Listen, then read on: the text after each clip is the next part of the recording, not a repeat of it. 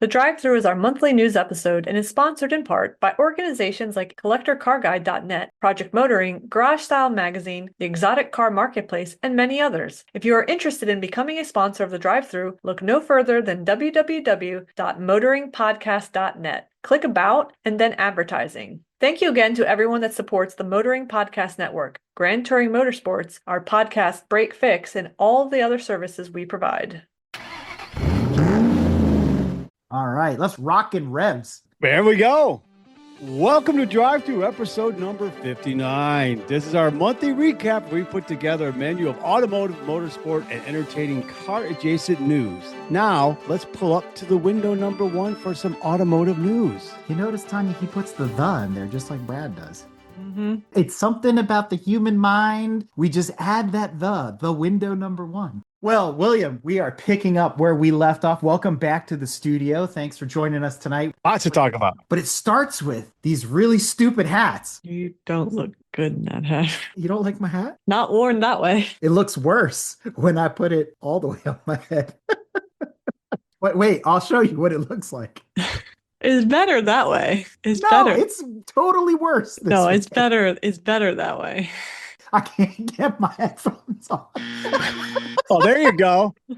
What the hell did you do to that thing? You sit on it? It was my suitcase that took care of the hat. It does look like the Lone Ranger thing here. It's all sorts of bent up and whatnot. Oh my God, my band already broke. I mean, it broke when I set it down on my stand over here. It just fell right off. I'm like, yeah, I'm not even bothered. It doesn't fit my head anyway, so this is perfect. I have no idea how they could get away. I should have stood there for about 10 minutes to see what sucker paid $60 for one of those. Right? I wouldn't pay him $6 for this hat. No, I saw that price. I'm like, that was sad. So the audience is looking at this behind the scenes on Patreon going, what the hell is up with this stupid hat? So this is the infamous Docent's straw hat that you're supposed to wear at events like Pebble and other concours. And so we have not the professor, John Summers, to thank for the acquisition of these wonderful hats. As we were talking about on our last drive-through, we were getting ready to embark upon this massive guy's vacation, all this car stuff. And so it starts in San Francisco at the Hillsborough Concours. Basically, for 30 days, a little break for a day or two here.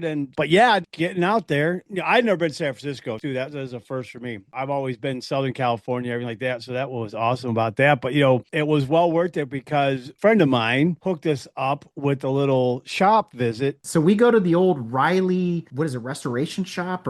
Which was phenomenal. Can't remember. What was the name of that shop we went to? Wasn't it Bob Riley's place? But then Brian, what's Brian's last name? Whatever. But he took it over, but he moved it from where it was. And this is a cool thing because if you drive by, you think it's an abandoned building. 100%. You do not know what's in. Like there's an old refrigerator sitting outside the building. There's an old chicken farm or something. The hatchery, I don't know, something like that. But you go inside, it's one of those old cool ass buildings, all brick. It's got the big wood hand-hewn dormer drafters. Awesome. And then, just BRM, Delahaye. What you saw in there was just incredible. Yeah. And respecting owners' privacy and whatnot, we really didn't. We took some pictures, but we didn't share because we just, hey, you didn't want us, which is fine, which is cool. But it was unbelievable the cars that were in there. And it was cool to see because you got stuff that was just starting. You had stuff that was basically just getting touched up or, a little fine-tuned for some concours and stuff like that. Well, millions of dollars worth of cars, and you drive by it going, Jed Clampett lives there, and you'd never pay attention to it ever again,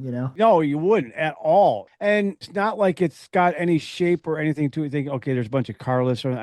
It's crazy. Because, all the metalworking equipment, it's got all the stuff, and they need to do the proper restoration of cars of that magnitude. Basically, though, it's only 3 of them, in essence, doing it, and actually only 2 of them really are actually doing any of the work. Yeah. Brian kind of is almost, I would say, retired, but basically retired, just runs the shop. He's got a married couple, which one of the individuals, that'd be an interesting conversation to have. That's an episode unto itself, yeah. Yeah, because wait, what? Wait, oh, okay.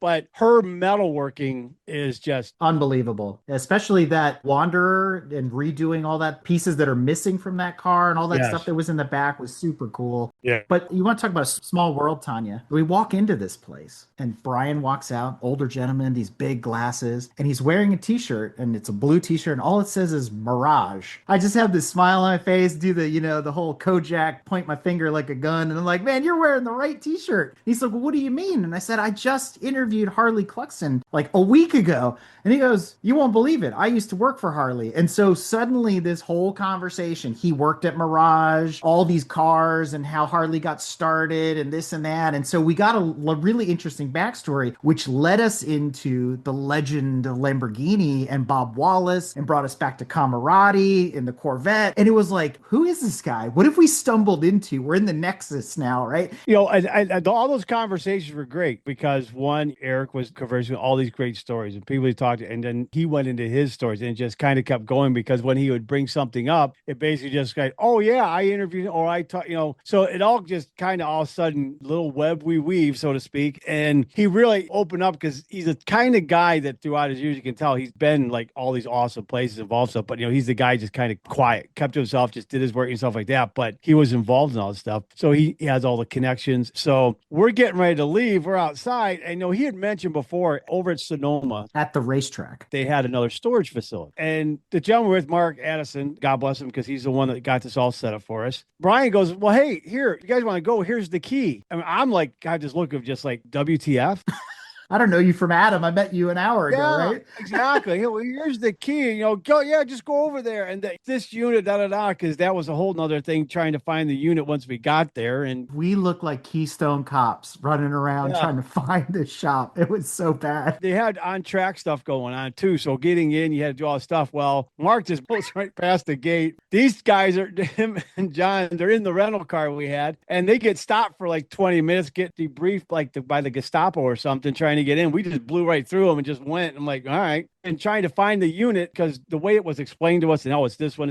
Just made no sense. But we're like, it's got to be this one. Try the key. It opens the door. You open the door, and what do you find? Another slice of heaven. Oh my God. And we got free roam. I mean, just free run of it. It was me, Eric, John, and Mark. And whatever was living in that wall, because there was something. Whatever was in that wall, there was something else overseeing it. I think keeping an eye on everything, because I mean, it would make itself known every now and then. You kind of just like, all right, it is what it is. Oh God. Oh, the cars. Let me list off some of the cars. Yes. As soon as you walked in, there's 2 Shadow Formula One cars. When was the last time you saw a Shadow in picture, let alone in person? So you got those 2 right up front. And then you walk in and there was that Ferrari 166 under the covers. Then there was that Aston Martin Vantage, that Chevron, which looks like a McLaren MP4 or whatever it is. Behind that was not just any McLaren Formula One car, James Hunt's McLaren Formula One car up on the rack. And then there was a bunch of other stuff. And the car that got me, when we got to the back corner of the shop, we had been talking to Brian about the Camaraderie Corvette and Bob Wallace and all this stuff. And sitting there in its original livery, fully restored, whatever, is the Camaraderie Birdcage Maserati that was at Le Mans with the Corvette. And I'm like, you got to be kidding me. Like, what? Just the sheer chance of being in the presence of, all these cars and all this stuff. Absolutely incredible. I mean, scene one, if we walked into that shop and one of those would have been in there, it would have been, oh God, this is great. Yeah. But just the magnitude of everything that was in there was just insane. I still argue I would have taken that Alpine home with me. That was like perfect. Yeah, that was a great little car. And that thing was ready to go. That thing was sweet. Not only just the cars though, because then you start looking at all the stuff that's kind of laying around and stacked up and whatnot. Oh yeah. It's just a shop. Parts everywhere. Yeah, it's not like it's some place you're going into where they're on display. And it's like, no, these are cars that are running on the track. And so they got just all this stuff stacked up everywhere and posters on the wall that are probably not very appropriate, in this day and age. In the 80s, they were okay. In the 80s, they were great, but not this day and age. Like, no, might not want to do this. But I mean, just seeing the little trinkets and stuff was unbelievable too, because it's just like stuff you collect over the years. God, this is from this. And,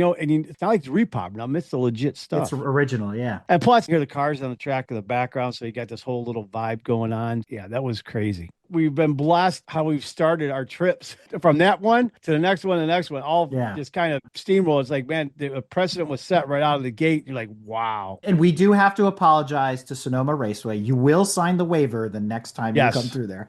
Yes, my apologies. My bad. Didn't know. And I hope we weren't supposed to do anything when we left either, because he just went right through on the way out too. Mark's like, what? And then we spent some time with John Summers, the motoring historian, and we got to see his motorcycle collection, which is extensive. expensive. Yeah, he's got a problem.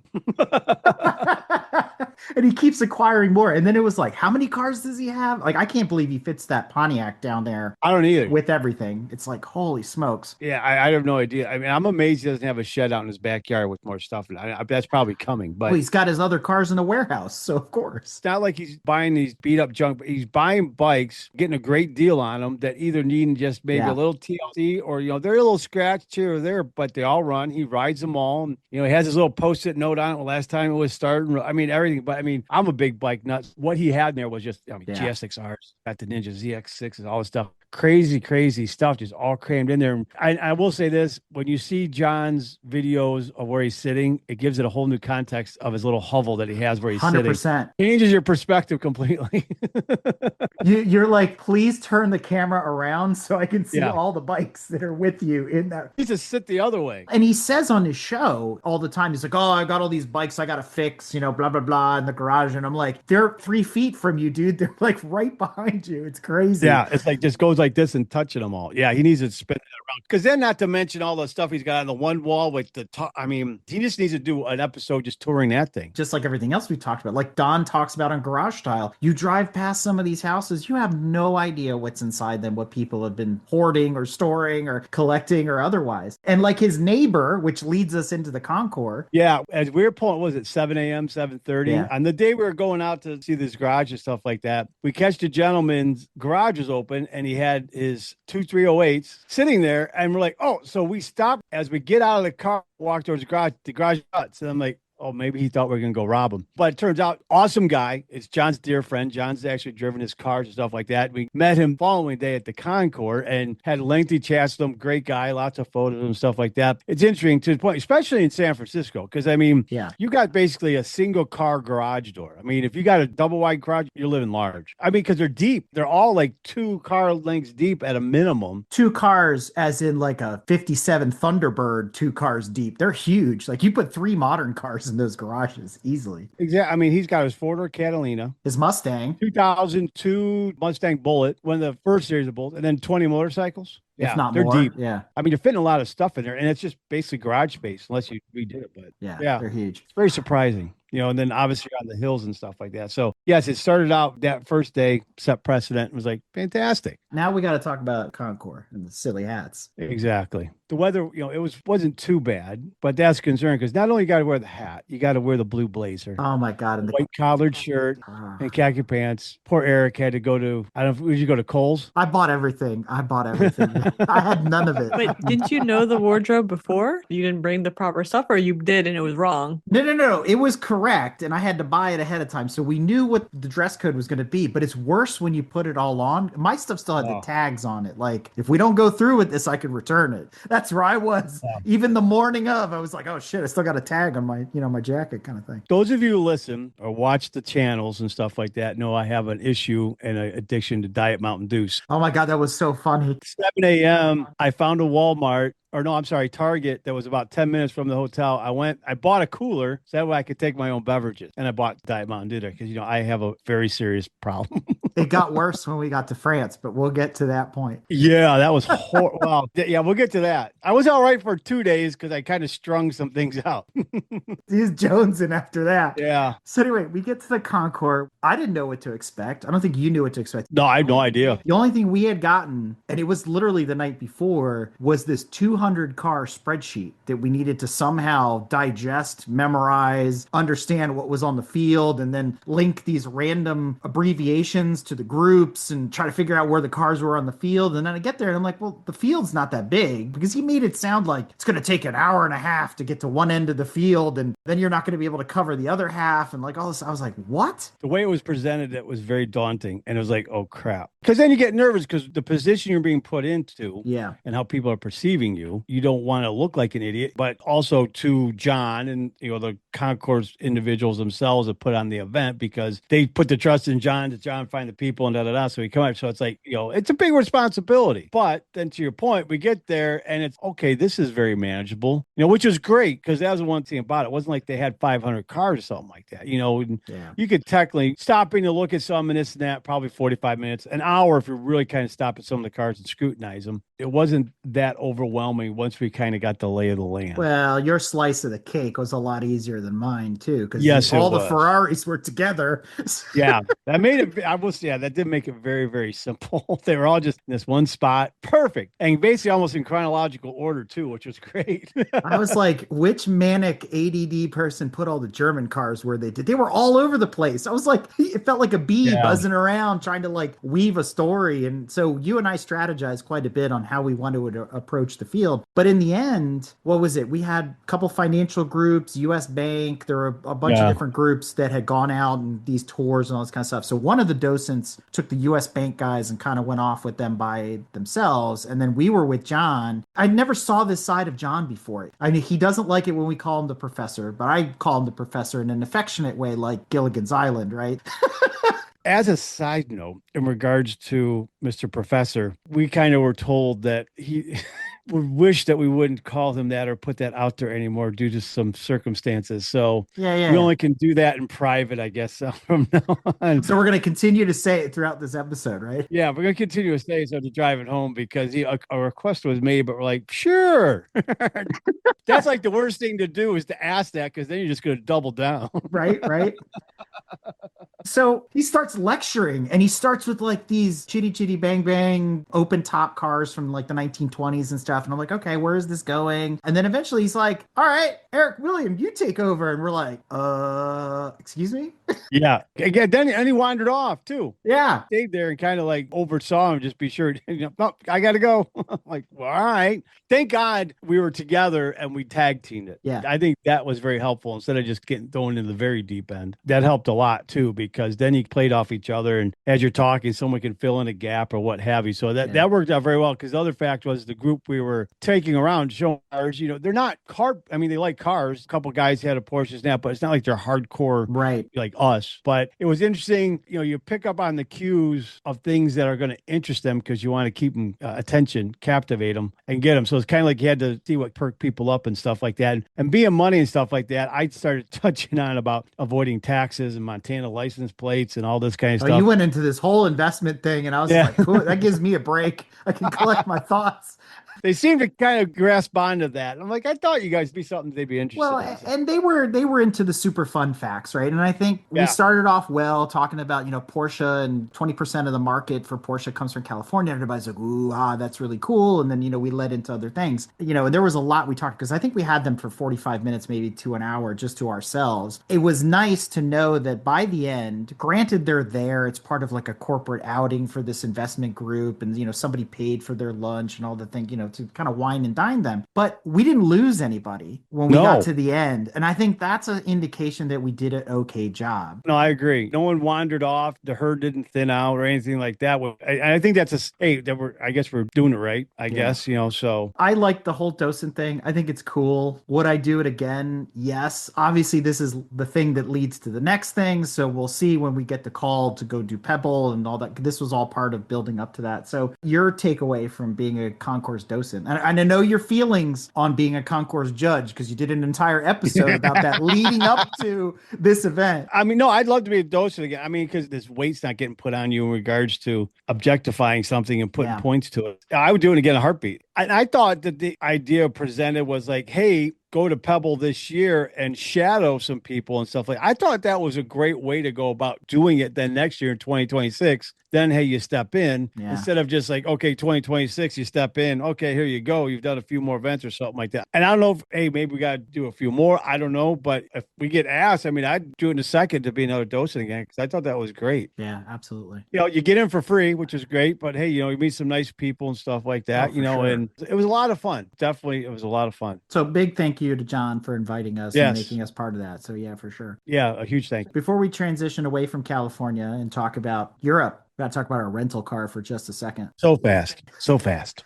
We were chatting about this thing on Discord the other day and, new Volkswagens and all this kind of stuff. So you ended up with a 2025 Jetta with the 1.5 turbo slush box automatic. Yeah. If you remember I think it was the trip back or to Sonoma, John started without sort of starting. He got under my skin because he's talking about how nice it is. And I'm like, you obviously have not owned Volkswagens in your lifetime because this is, I got on my soapbox and I was going off about how much I disliked it. And then I got a chance to drive it, disliked it even more. And you sat there quietly, sort of just smiling and not saying anything. So I wanted to get your final opinion on our Jetta rental car, because we're going to talk about rental cars more as we go along. You think to yourself, God, this is probably the worst rental car there is on the planet. But then you get to Europe into the 2008. It gets beat. You're like, holy crap, it is possible to find something that's even a bigger pile of shit. To say that Jetta was gutless is a compliment to that car. Oh my God, it was bad. Yeah, if you're a 16-year-old girl getting her first car, it's perfect. The Jetta's always had that reputation, so it's fantastic for that. No offense, Tanya.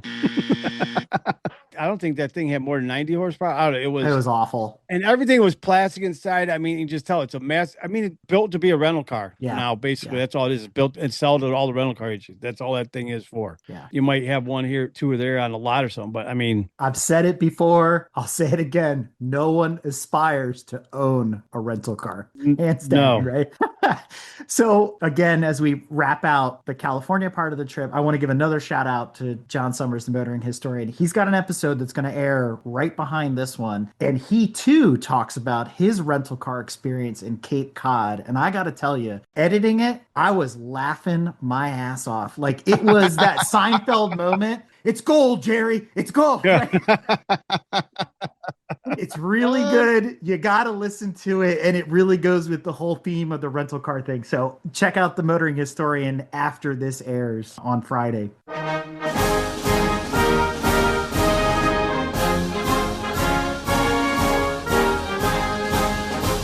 France. Do we start with your flight? Like you had some bad flights. Oh my God. Yeah. I mean, I was getting screwed by United left, right, and center. Everything's set. Everything's good. Then get to the airport. Now, mind you, I had bought extra legroom, all that stuff, because like I'm not going to spend extra money, but I kept following the prices. I checked every couple of days to see what it is. And all of a sudden, bam, it was $950 to upgrade to first class. But I was like, done. So I upgraded to first class. I'm like, great. Hey, 8 hours. I can sleep then that way. And I get there. Hey, we're resting.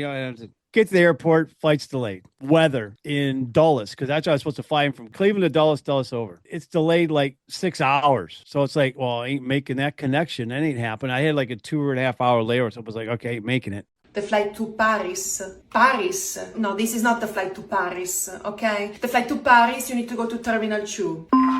Ladies and gentlemen, welcome to flight 309 with service to Paris. So, my phone starts blowing up trying to get things switched and whatnot. And I'm like going, I don't know what I'm going to do. And their first choice and response was, well, we can get you out tomorrow. I can offer an upgrade. I upgrade you to the flight tomorrow. I'm like, no. What would you do if you go into Europe and you lose a whole day and everything like that? Let's go tomorrow. I go, there's got to be something better. I'm like, it's like, and they think it's the greatest thing since sliced bread. Like, we solved this problem. We're the greatest. I'm like, you got to be kidding me. I'm not the only one because all these other people too are, in the same boat that were on this flight. Gentlemen, we are looking for passenger Marcos. Swords for Iron Hold and Iron Glance. So then finally, after about 45 minutes, I didn't get a phone call, nothing like that. All I get is another text with the thing saying, okay, now you're flying to Chicago, then Chicago over. Of course, I'm like getting the Paris, but then I look at my seat. I'm like, all right. You are in the window seat. Okay, no problem. I changed the middle. It's premium plus. I ain't gonna complain. It's still, you got the nice seat, everything like that, but it's not your own little cubicle, whatever. So it is a downgrade. Yes. So I get to Chicago, which you fly enough, you get to learn the airports, they have Diet Mountain Dew. Hopkins, there's only 2 of the food places up soon as you go through TSA that so you got to like buy them and walk all the way down. But anyway, it's a different story. He builds all his travel around where he can acquire Diet Mountain Dew. Exactly. And it's critical. It's like, I'm going to do a travel guide on it. They had it. So I bought a couple, so I'm waiting because it was like 2 hours, whatever, before the flight was going over. So I call United. I said, hey, all right, you got me there, which is great. I go, but what are you going to do about the downgrade? Can you do something? Right. What are you going to do? Nothing. And I just gave up. I mean, I didn't even bother after I got home to bother with anything. I'm like, it's just a waste of And time. the best part is, while this is all happening, you're texting with me. I'm talking with Yeah. David Middleton. I'm talking with David Lowe from the ACO, all this stuff. And my flight had changed because I was supposed to go to Boston and go over. Yeah. And I got redirected to Detroit and then went over. And we were trying to figure out, when are we going to land? When are we going to be there? Oh my God, you're going to have to wait for me. And then it turned out I was waiting for you. And like, it was a whole circus. It ended up almost basically, it was a flip flop because it would have been originally, I was going to get there 40 minutes for you. And then now it just flipped and you got there Yeah. 40 minutes for me. And it all worked out. Big thing is just getting over there. But because you get nervous because you're like, okay, is this kind of going to set the tone and whatnot? It's going over there. But it's like, you know what?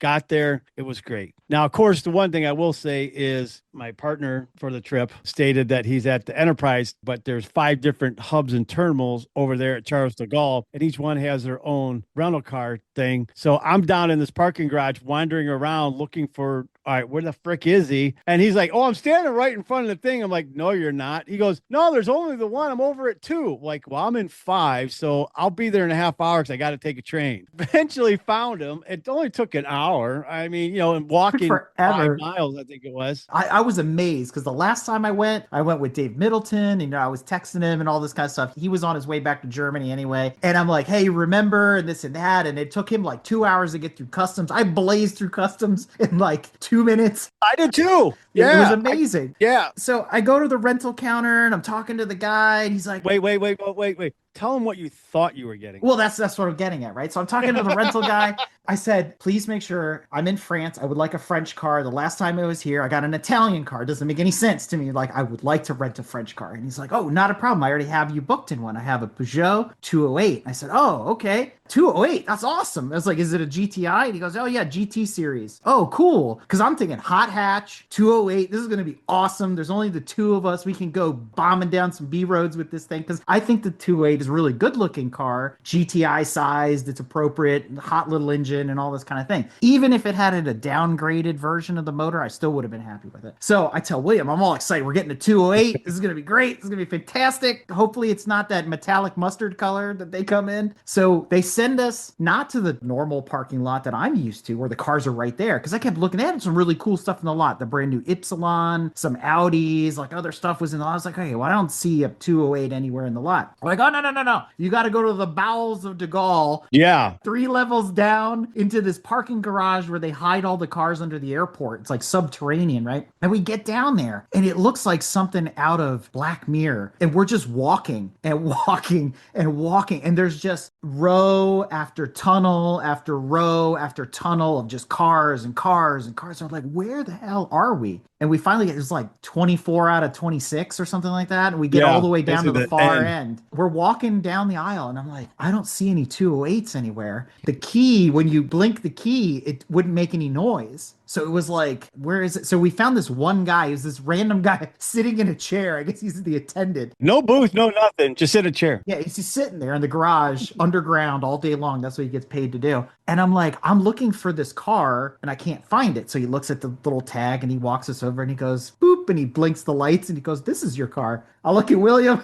And then I run to the back of the car and I'm like, 2008, what is this? I forgot to add a 0 Oh, on that God. little description. It was a manual, which is exactly what I wanted. But here's the deal. And Tanya, you can sympathize because when we get to the Italy part of this, you can talk about your rental car. 2008 is the size of a Tiguan, the older Tiguan, about that size, CUV, SUV, whatever. Do you know the specs of a 2008 Peugeot? How many cylinders? How many horsepower? On a scale of dog shit slowed to Pretty much, yes. Yeah. It is a turbo. I'll give you that it is a turbo. It's an odd number of cylinders. We'll tell you that. is it really a 3-cylinder? Yes, 3-cylinder Yes. turbo. How many horsepower? 115? 115. That's generous. Oh man, that Jetta made 115 horsepower. Are you kidding me? We looked it up. I don't remember what the torque numbers were because it did feel torquier. 75 horsepower for something that weighs 3,200 pounds with 2 adults and their luggage in it. So you can imagine how fast it was. Well, he thought it was a diesel when we were leaving. It sounded like a diesel. I was like, oh, they gave us a diesel. We're screwed. So I would have screamed scorched it off the line in my 40-year-old Yes, 1,000%. Audi. 1,000%. It did have that diesel sound to it. It hummed kind of like a motorcycle at high RPM. It revved up pretty quick. It just didn't do anything when it revved up. No. So it got horrible fuel economy too. We're going to talk about that. Yeah. So no, the fuel economy was amazing, actually. Just enough. Just enough. Just enough. So it was torquey. I think what saved it was the gearing was so tight and so short that it must have been like a 411 final drive because it would spin up pretty quick. That's all it was saving that car because otherwise it wouldn't get out of its own way. So it took us an hour and a half to get out of Paris. Yeah, but yeah. You have to cut through it. So it took forever. And then the 2.5 hours to Le Mans, 3 hours after that on the highway to get to the middle of nowhere. Driving through Indiana. That's what he told me. He's like, I flew all the way here to drive through Indiana. That part of France is like flat and just farmland and boring. And if you've driven on Route 70 going east or west in the middle of the country, it's almost exactly the same. It's like, all right, whatever. So we show up finally in downtown Le Mans. I had never been there because the last time I went, I stayed at the track. So that's what we did. So we're in downtown Le Mans. And I turn to you and I go, so we drove through Indiana to end up in Baltimore. Yeah. Because that's what it looks like. The trams and everything. Oh, yeah, all of it. Turns out, William's like, oh, my Airbnb is across the street for you. Well, across the street was under a bridge, through a tunnel, but realistically on the other side of the block. I was directly out the front door of the downtown Le Mans train station. So that was like right there. And we're like, oh, okay, this is cool. And it wasn't far from the track. It was what, 3-4 miles? Yeah, it wasn't that far. I mean, a little traffic in here, but yeah, well, depends on which route we went that day. That was just it. So the GPS never took us the same way twice. No. And it would take like a half an hour to go 3 miles. It was absolutely insane. That one time we came back, we went down these roads where it's like, if you've seen those episodes of Top Gear where they're in Italy and they're trying to fit the car between the walls, it was really tight. Cars just parked as tight as they could be. And I'm like, are these one-way streets? What if a car comes the other way? I mean, it was nuts. It wasn't as stressful as it is to drive in Paris, but it was really just kind of obnoxious the way Le Mans is laid out. It's very industrial. It's very tight. It's very old. It's cute, I guess you could say. Yeah, it's a lot of one-way stuff because of those trams. That's what Yeah. kind of screws everything up because all of a sudden it'll be one-way, so you got to go through these little enclaves or whatever, and that's the route. And they love a traffic circle. Jeez Louise. But your hotel was remodeled, which was nice. I had a Fiat in the lobby. It was awesome. Closet you had was a little Oh my God. Oh yeah. I had initially booked the room thinking David Middleton was coming with us. And I booked a room with 2 beds. In the pictures, everything looks bigger because they use a fisheye lens and whatever. William comes, I checked out his Airbnb, which was super nice. He had a ton of space. I go up to my room, which was the coldest place in all of Europe. Yeah. Below 0 all the time in that room. It was ridiculous. But I walk in and I'm like, oh my God. And he just looks at me, starts laughing. It's not 2 king beds or 2 queen beds. No. 2 twins that are basically next to each other. And I'm like, oh my That would have God. been hilarious if Middleton did end up coming because I'm like, oh Lord. One of you would have been sleeping on my couch. He wouldn't have cared. He'll tell you the story. We shared a room in Paris, but we'll leave that where it is. Yeah, but my Airbnb was nice. I had 1 bedroom. I mean, it was ground floor, full kid. I mean, it was nice. I had this courtyard. The young couple above me, the kid worked at, he's a BMW salesman at the dealership there, and they had just adopted this cute little spaniel puppy. And oh, yeah, it was great. He was having a good old time. Oh, yeah. Meanwhile, the first day, there was nothing going on at the track. So we went to the museum. I figured, knock that out, get that out of the way, go to the official boutique, which is the official merchandise store and all that kind of stuff. So, William, your impressions on the museum, seeing it now outside of the pictures that I had showed you when I went the first time. It's very car centric. You can see where they're getting to. But I mean, you go to some places, the settings all there, they really sell it on the ambient stuff like that. And obviously, they're doing a huge expansion. Probably 2 years it'd be done. But it'd be cool to see what they end up finishing with.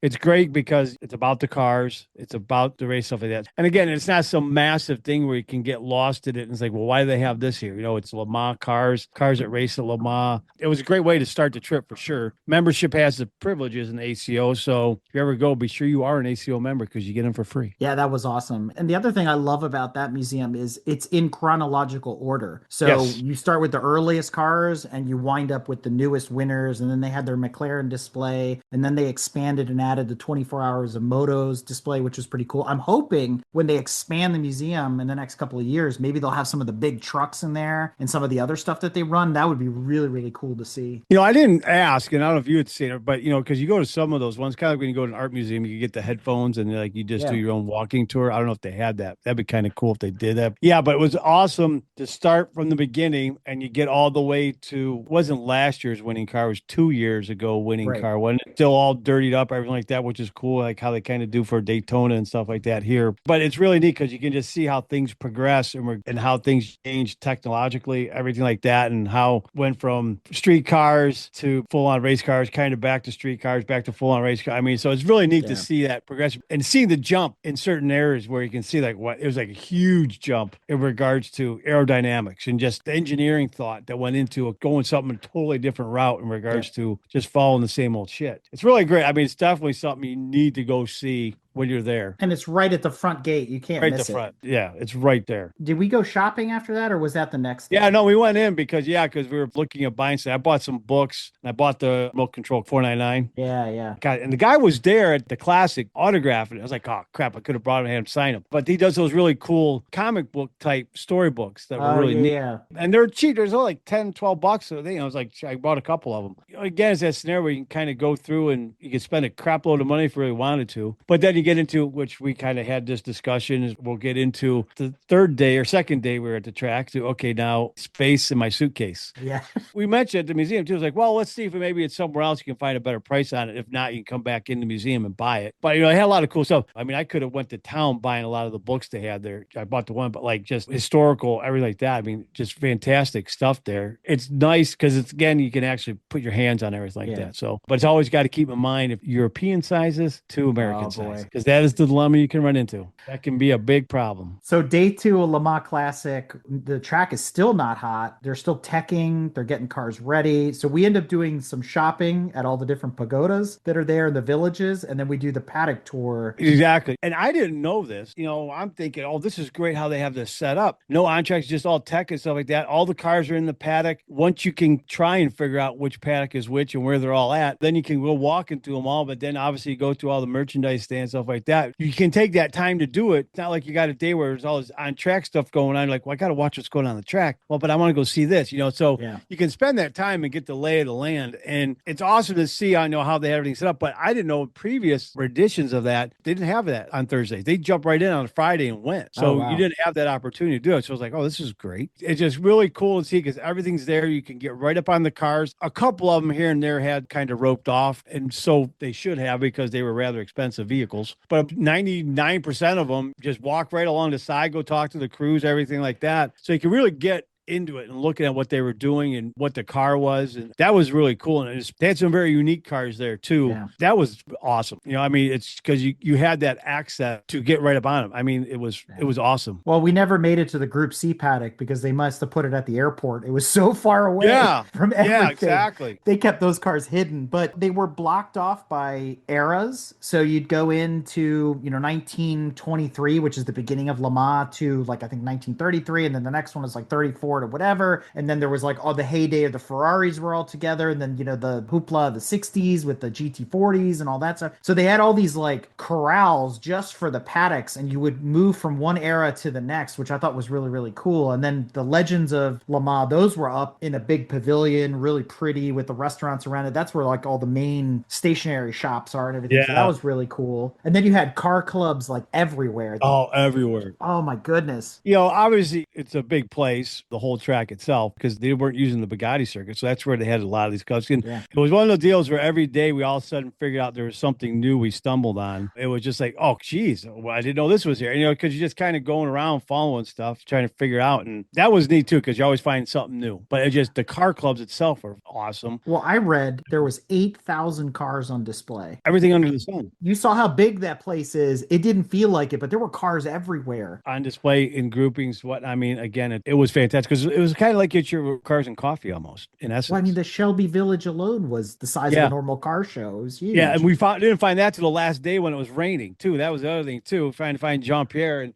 going there, and we met Mr. Aaron Shelby as well. But yeah, so it's like that alone. I mean, God, now kicking ourselves that we didn't find that the day before because they must have had at least 100 different variations of the Shelby GT40s, Oh, it's GT350s, insane. Cobras, everything. It was just nuts. Well, that and the original Shelby car carriers and the trucks Yeah. and like all, oh, it was nuts. That was really cool to see. But the one thing I will say, I still can't understand why they call the different groupings plateaus. You know, I don't know why plateau, and that was what the class they call plateau two, plateau what? And so the first day though, I mean, that opens up a can of worms when you start going shopping because they have anything and everything under the sun that you could want, that you desperately want, that you desperately need in your mind. I need none of it, but I want all of it. Exactly. And it's kind of like other place you go, a lot of them clustered up, a lot of them have the same things. So you kind of like could shop a little, but 90% of them all had different things. You know, you had all your model stuff like that, but there were different types of models always play. And just, I ended up buying some models. Eric's ended up buying some models because it's like, You twisted my arm though, and I am glad it is sitting here. I'll do a little Yes. show and tell. I had to buy a backpack to bring this home. This is sick. Wide body, second generation Audi Quattro Coupe. This is number 799 out of 2,500 that were produced. It was well worth it. Again, I had to buy a backpack just to bring it home. but it was priced good too. That was the other thing too. Yeah. It wasn't like it was obscenely priced. 119 euros. So I paid more for Yeah. model cars before. It was super Yeah, cool. and clothing wise, that was really cool too because it's a lot of stuff that you don't see over here. And when you go to any races here in the States, you know, you don't see any of this type of stuff they're selling. You remember that Golf Mirage polo shirt that I Yeah. bought? My wife absolutely loves that. She's like, that was a super good pick. She's like, I really like it. Looks good on you. Nice color. Yeah, She oh, liked the way it was sharp. made. And that wasn't that expensive. We bought that from one of my favorite vendors that I found the last time I was there, which is RS Selection. They got some really nice stuff at really reasonable prices. If you're going there to look for something special, you will definitely find something special there. 1,000%. It's awesome, great stuff. A tip if you go, take a really big suitcase and only pack it half full 1,000%. because you will leave with a lot of stuff. And again, it's not price bad either. So it's not like you're going to spend thousands of dollars. The only thing you'll leave with less with is the money you started with. Yeah, exactly. Yeah, your light wallet's going to be a little bit lighter, but other than that, So we get to the first day of track time, which is practice and qualifying. Shout out to Ty and to Tebow. are we allowed to use his real name? I'm not sure. Some secret squirrel stuff going on there.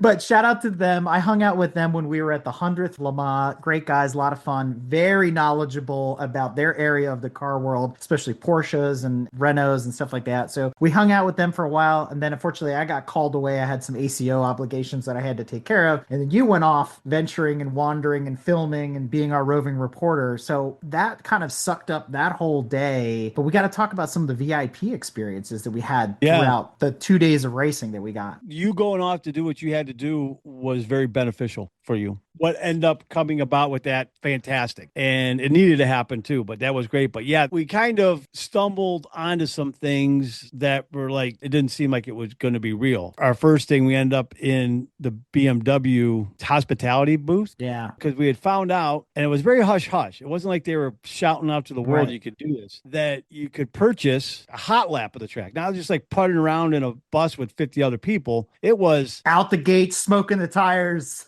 It was $400, so you could split it if you want. So two people, I mean, you weren't driving, someone drove you, but it was a racer that drove you. It was in an M3 Touring. You guys were in M3, Yeah. but it was a hell of a deal. And still not, you know, there was us three, yourself and Mr. Withers, you know, you guys split it. And then I'm like, I would spend $800 to do this myself. Yeah. Well worth the price of admission to do this because it was unbelievable to be able to do it. Because one, get the sense of the track. It's not as wide as it looks on TV at all. At all. You know, and like Eric said, these guys, as soon as you got past that pit lane line, boom, floored. We're doing a $180 down the straightaway. Yeah. Bonkers. Guys were not messing around. I mean, having fun. It was great. But the cool thing is Bill's wife, Simone, joined us that day. We tried to finagle it at first when we first went in to do the hot lap because you had to get your helmet and stuff like that. And at first they're kind of like being a little standoffish. Well, no, she needed to sign it. Da, da, da. It's like, well, it's paid for. So we're like, all right, it ain't going to happen. Literally, literally a minute before we're about to go, they're like, well, does she want to go? Yeah, she wants to go. So she was able to jump in the car with me, which was awesome because she probably has never gone more than 65 miles an hour in her life, even on a highway. So it was hilarious listening to her giggle in the back seat when he's clicking off how fast we were going, because he's clicking off in kilometers. So he's like 280, 290. And it was like, you're trying to calculate it out, and she's just laughing. That alone, like I said, that's worth $800 to do it. It gives you such perspective on the track that you cannot get from TV. We argue all the time as armchair quarterbacks, going, why aren't they passing there? They just get around and just go, blah, blah, blah, blah, blah. And then you realize it's a 2-lane road that they're doing 200 miles an hour on, no shoulder, and it's super narrow. There is no room to pass. There's certain places where they've widened it a little bit, but realistically, when you're going down the Mulsanne, you get tunnel vision because you don't realize on TV, like all the trees, like how close everything is. Yeah. And then the two slowest corners going through, let's say, Indian Arnage combination and then Mulsanne corner, you need anti-gravity brakes to get through there. And then it's like turning into somebody's driveway. It's a 90-degree corner and it's super At that narrow. pace. You're going through there at like 40 miles an hour. It's insane. But what was really cool was Indianapolis corner and the Porsche curves, obviously, but Indianapolis is banked. Yes. There's a ton of negative camber there that hooks the car, and they come in just screaming with the tires on fire, and it's just like tap the brakes, let the turn suck them in, and then they got to lose all the speed going into Arnage because that's a 90-degree right-hander, and it's just like, holy crud. But even there, in that short stretch from Mulsanne to Indianapolis, they're back up to full speed again, and then there's that kink, and again, on TV or even in a video game, you don't get the same perspective you do in the car, and it becomes suddenly very real. And it's the shortest 8.5-mile lap you've ever done. Like, it goes by in the blink of an eye. It's so fast. Oh yeah, but it's justifiable because you're getting one lap, so they got to cool down, so you don't get a full lap, so you're not blasting through everything and then going back down the front straight. But to your point, that was 8.5 miles. Wow. Granted, the cars we were in, yes, they were fast, but from what we were doing, you probably take another 30 seconds off. Yeah. What do you think? Yeah, 100%. And when the tires are warm and the car's actually warmed up and the brake, I mean, they just come out of the gate. The cars have been sitting there for hours, fire them up and just full bore out the door. And I'm like, like I told my coach, you'll listen to it on the video that goes along with this. And I'm like, dude, the tires are cold. And he's like, yeah. And then he just steps on it even more. And I'm like, dude. Yeah, let's warm them up. And he's like 4-wheel drifting out of one of the corners. So I'm like, bravo. We didn't die. Yeah, I mean, they did not hold back one bit. And again, that's what for the whole experience is, because you would think in your mind, like, okay, they're taking people out on the track. Yeah, you sign your life away in essence when you sign your forms and stuff, but hit that line, man, foot to the floor and just gone. Yeah. They were not holding back and going around all the course. I mean, as fast as that thing could take it, they were going at it. Nose to tail. It was pretty awesome. And to your point, the BMW booth was probably one of the coolest VIP experiences because we got to be over top of the pit box during the Group C run when they were qualifying and their pit change and all that stuff. And then obviously a pit fire broke out. You can check out the video. It's actually really comical. Yeah. But it was such an awesome view, such a great place to be. You're sort of in the middle of pit row too. So you could see from one way to the other. I mean, that was awesome. That was I cool. mean, the view and watch that was phenomenal. Food sucked. No Diet Mountain Dew. Beverages sucked, but the view was phenomenal. I mean, you're leaning right over and you check out the channels and the video stuff like that. Everything's right there. And I mean, you get the sounds, the smell and everything like that. I mean, and it was awesome when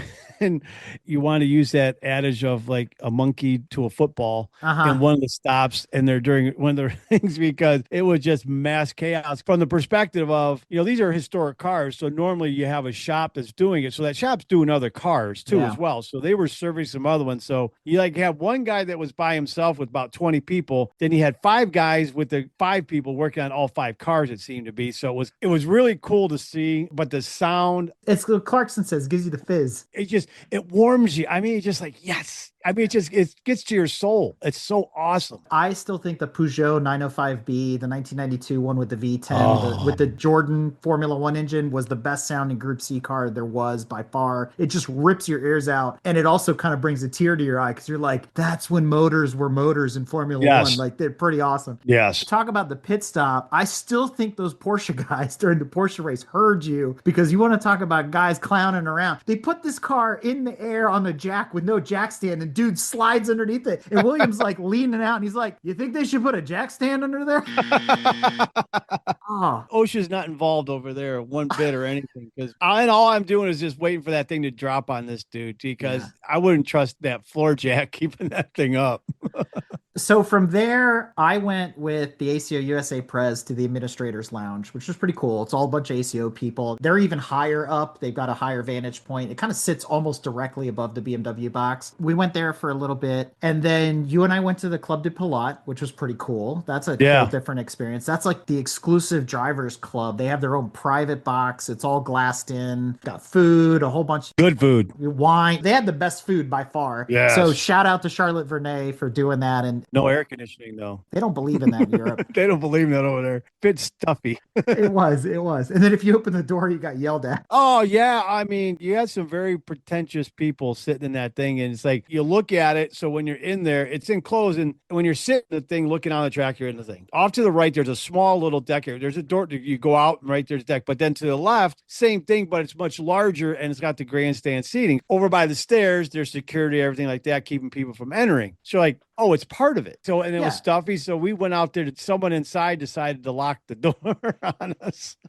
Like, oops. But on the other hand, you get to sit down and you get to talk with Jurgen Barth and you get to talk with Yes. Gerard LaRousse and you get to talk with all these pro drivers that are in there. So that was sort of cool. And Yeah. the Club de Pilote was our refuge when we got rained out on Sunday. So that worked out really well because it's the only place that is closed. So at that point, I was like, well, it's a little stuffy, but I'm not wet. Yeah, it worked out well. I mean, it's again for experience wise, it's you're sitting there and go, how in the hell do we end up here? I mean, it's one of those things like you're thinking to yourself, the people you mentioned are just hanging out in there, stuff like that. And again, it just adds to this experience that just seemed to get better and better and better. Yeah, and I kept collecting more and more armbands as time went on too. You need an armband to go everywhere, right? Yeah, and you need to scan your ticket to enter. You need to scan a ticket to leave, or your armband, or whatever. I mean, so they were gathering data left, right, and center. And then obviously we did all the ACO stuff like La Chapelle and our Tribune, and that was all. The Tribune was great for breakfast the morning that it rained and all that stuff. But there's two more things that we did I think that are super cool. We had to split up in order to do them. So you went to the grid walk, and I'll let you talk about that. And I went to the Sportif Model, which is the famous building you see on TV, the round one that has the panorama. It sits over top of start finish, and you can see down the Porsche chicanes, down in, where the Ferris wheel is and all that. And I will tell you, the view from there, and I took pictures and stuff, is absolutely incredible. Now, granted, there weren't a lot of people up there. We could hear a pin drop. It was like a library up there. Club de Pilote had the best food. Hands down, we can agree on that. But the Sportif Model, it's one of those places when you go up to that fifth level, you got to have the special access and the handshake and the colored band and the whole 9 yards. And you're just like, I am in a place. I think maybe this is where the Pope watches Le Mans. You know what I mean? Yeah. Like it's super special. It's super exclusive. So that was really neat. Now, could I have spent the whole weekend there? Not unless all my friends were with me, because there wasn't enough atmosphere at Classic versus what I was told is at the 24. That place is bumping. It's like a club and it's like a whole thing, and there's music and you're watching the race. And so with a different group of people, different atmosphere, that would be a lot of fun. That would be holy cow, because you can see so much from up there. It's got a 270-degree view. So it's like you can see all around you, which is awesome. That's a neat thing, being on Sierra, because right where that thing's located, I mean, you're seeing down the one way, you're seeing down the other way. I'm sure that was spectacular. And again, that was the cool thing too, is you got to be able to go do that stuff. I got the opportunity to go do some other things too. So, I mean, we got these experiences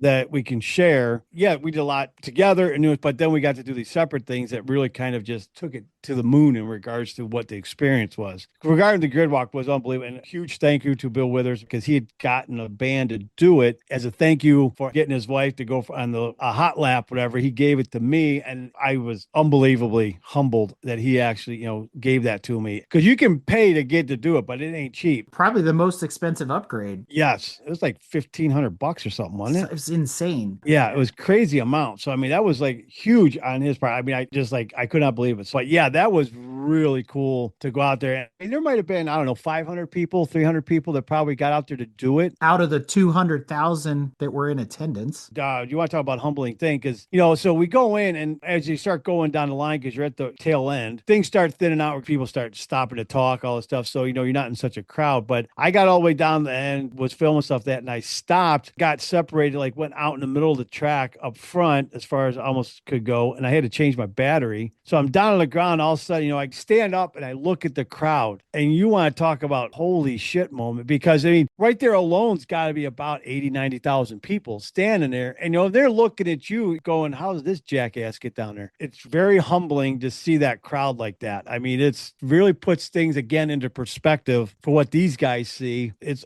unbelievable seeing that and seeing what the lineup was, the cars, talking to the guys, because they started out, I think it was Plateau 4, I think it was. Yeah, it's all like the Cobras and the GT40s, Yeah. all the stuff from the 60s. Yeah, that did the start. They did the running Le Mans start, which was epic. Yeah, they did the actual one. It's like, I'm amazed that a couple of the guys didn't fall over from heart attacks. That guy in that Cobra laid 11s for quite a long time. There was some sketchy moment with some of those guys pulling out going, ooh, that's going to be expensive. But that was cool too, bringing that back. They have done such an awesome job putting that together and just creating the experience and how you can partake in it. Yes, granted, some of the stuff's going to be a bit pricey, but you know, somehow, some way, if you can do it, I highly recommend trying to get all these experiences, and especially when you buy your ticket. Don't go buy the base thing. You got to buy the ones where you got the paddock access, everything like that. Become an ACO member, you get even more stuff. That pays for itself tenfold. I'm telling you right now, it pays 1000%. for itself tenfold. But it was just, again, the experience. Again, you know, you say lifetime, it's going to stick with you lifetime, but that's something that's going to stick at the forefront of your mind because it's just unbelievable. And the racing too. Yeah. Seeing those cars in picture, seeing them in a museum is one thing, but seeing a 917, seeing an Audi R8, seeing a Ferrari 333 SP, a Peugeot 905B at full tilt. Yeah. Le Mans Classic isn't a race. It's a freaking time machine. Like, it's taking you back to that era of racing. And suddenly you're like, it's as if you were there for real. And these guys aren't messing around. It's like Goodwood when they do the revival, not the hill climb, which is the Festival of Speed. Yeah. They're going at it. I mean, they're driving 9/10. They're not messing around. And it's like, you guys, okay, you're going home. First of all, I heard every driver pays like 10 grand or 40 grand or whatever the heck it is. And they're going home with a plastic trophy, but they're running the crap out of these cars that are in some ways priceless. Some of them are one of one, right? And you're just like, what? Yeah. You're talking This is high stakes poker right here. 7-figure cars, and some of them starting with the 5 to 8. Yeah, I mean, it's just, and God bless them too. And the cool thing is, it's not like you're just hearing this engine just blipping the throttle and just sitting there. I mean, you're hearing that thing coming out full chat going. I mean, it's just singing. Unreal. And it makes you sit there going, man, why are they getting away from this? Yeah, you get it because environment, this kind of stuff. But I mean, there's got to be some way to bring that back. Because I mean,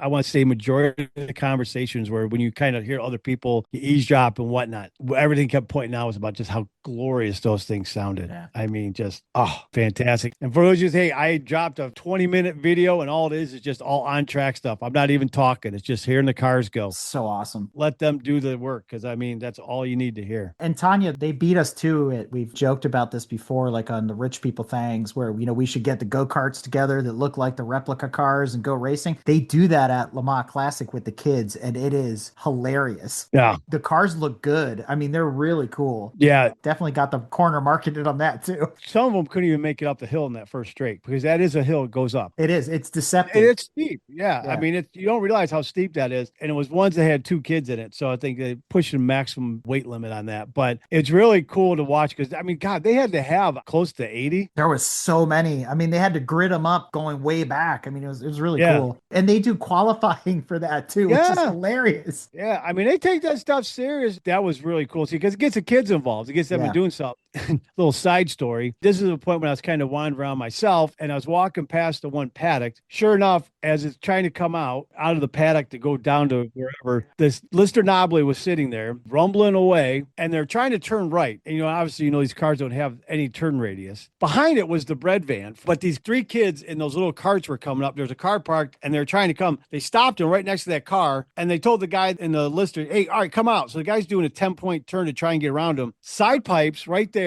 Blast these little kids right there at ear level. This guy going by. I'm like, just move those kids, get them out of the way. Tell them to go. I'm just watching this take place going, that kid's going to be deaf now. Yeah. But seeing those things go like that. And again, it was just those little things that all of a sudden it's like, oh my God, the Alyssa Naba, but then the bread van, infamous One of bread one. van, Ferrari right there pulling out, everything like that. I mean, again, talk about value of a car and everything like that. Just like, great, you know, pulling on out, driving away. That was so cool. It was great. Because we talked last time I went to Le Mans 2 years ago, like how much walking David and I did. And obviously, we're recounting this, some of it for him because he's going to listen to this. He's going to get even Yeah. more jealous than he was when we were texting him the whole time. Yeah.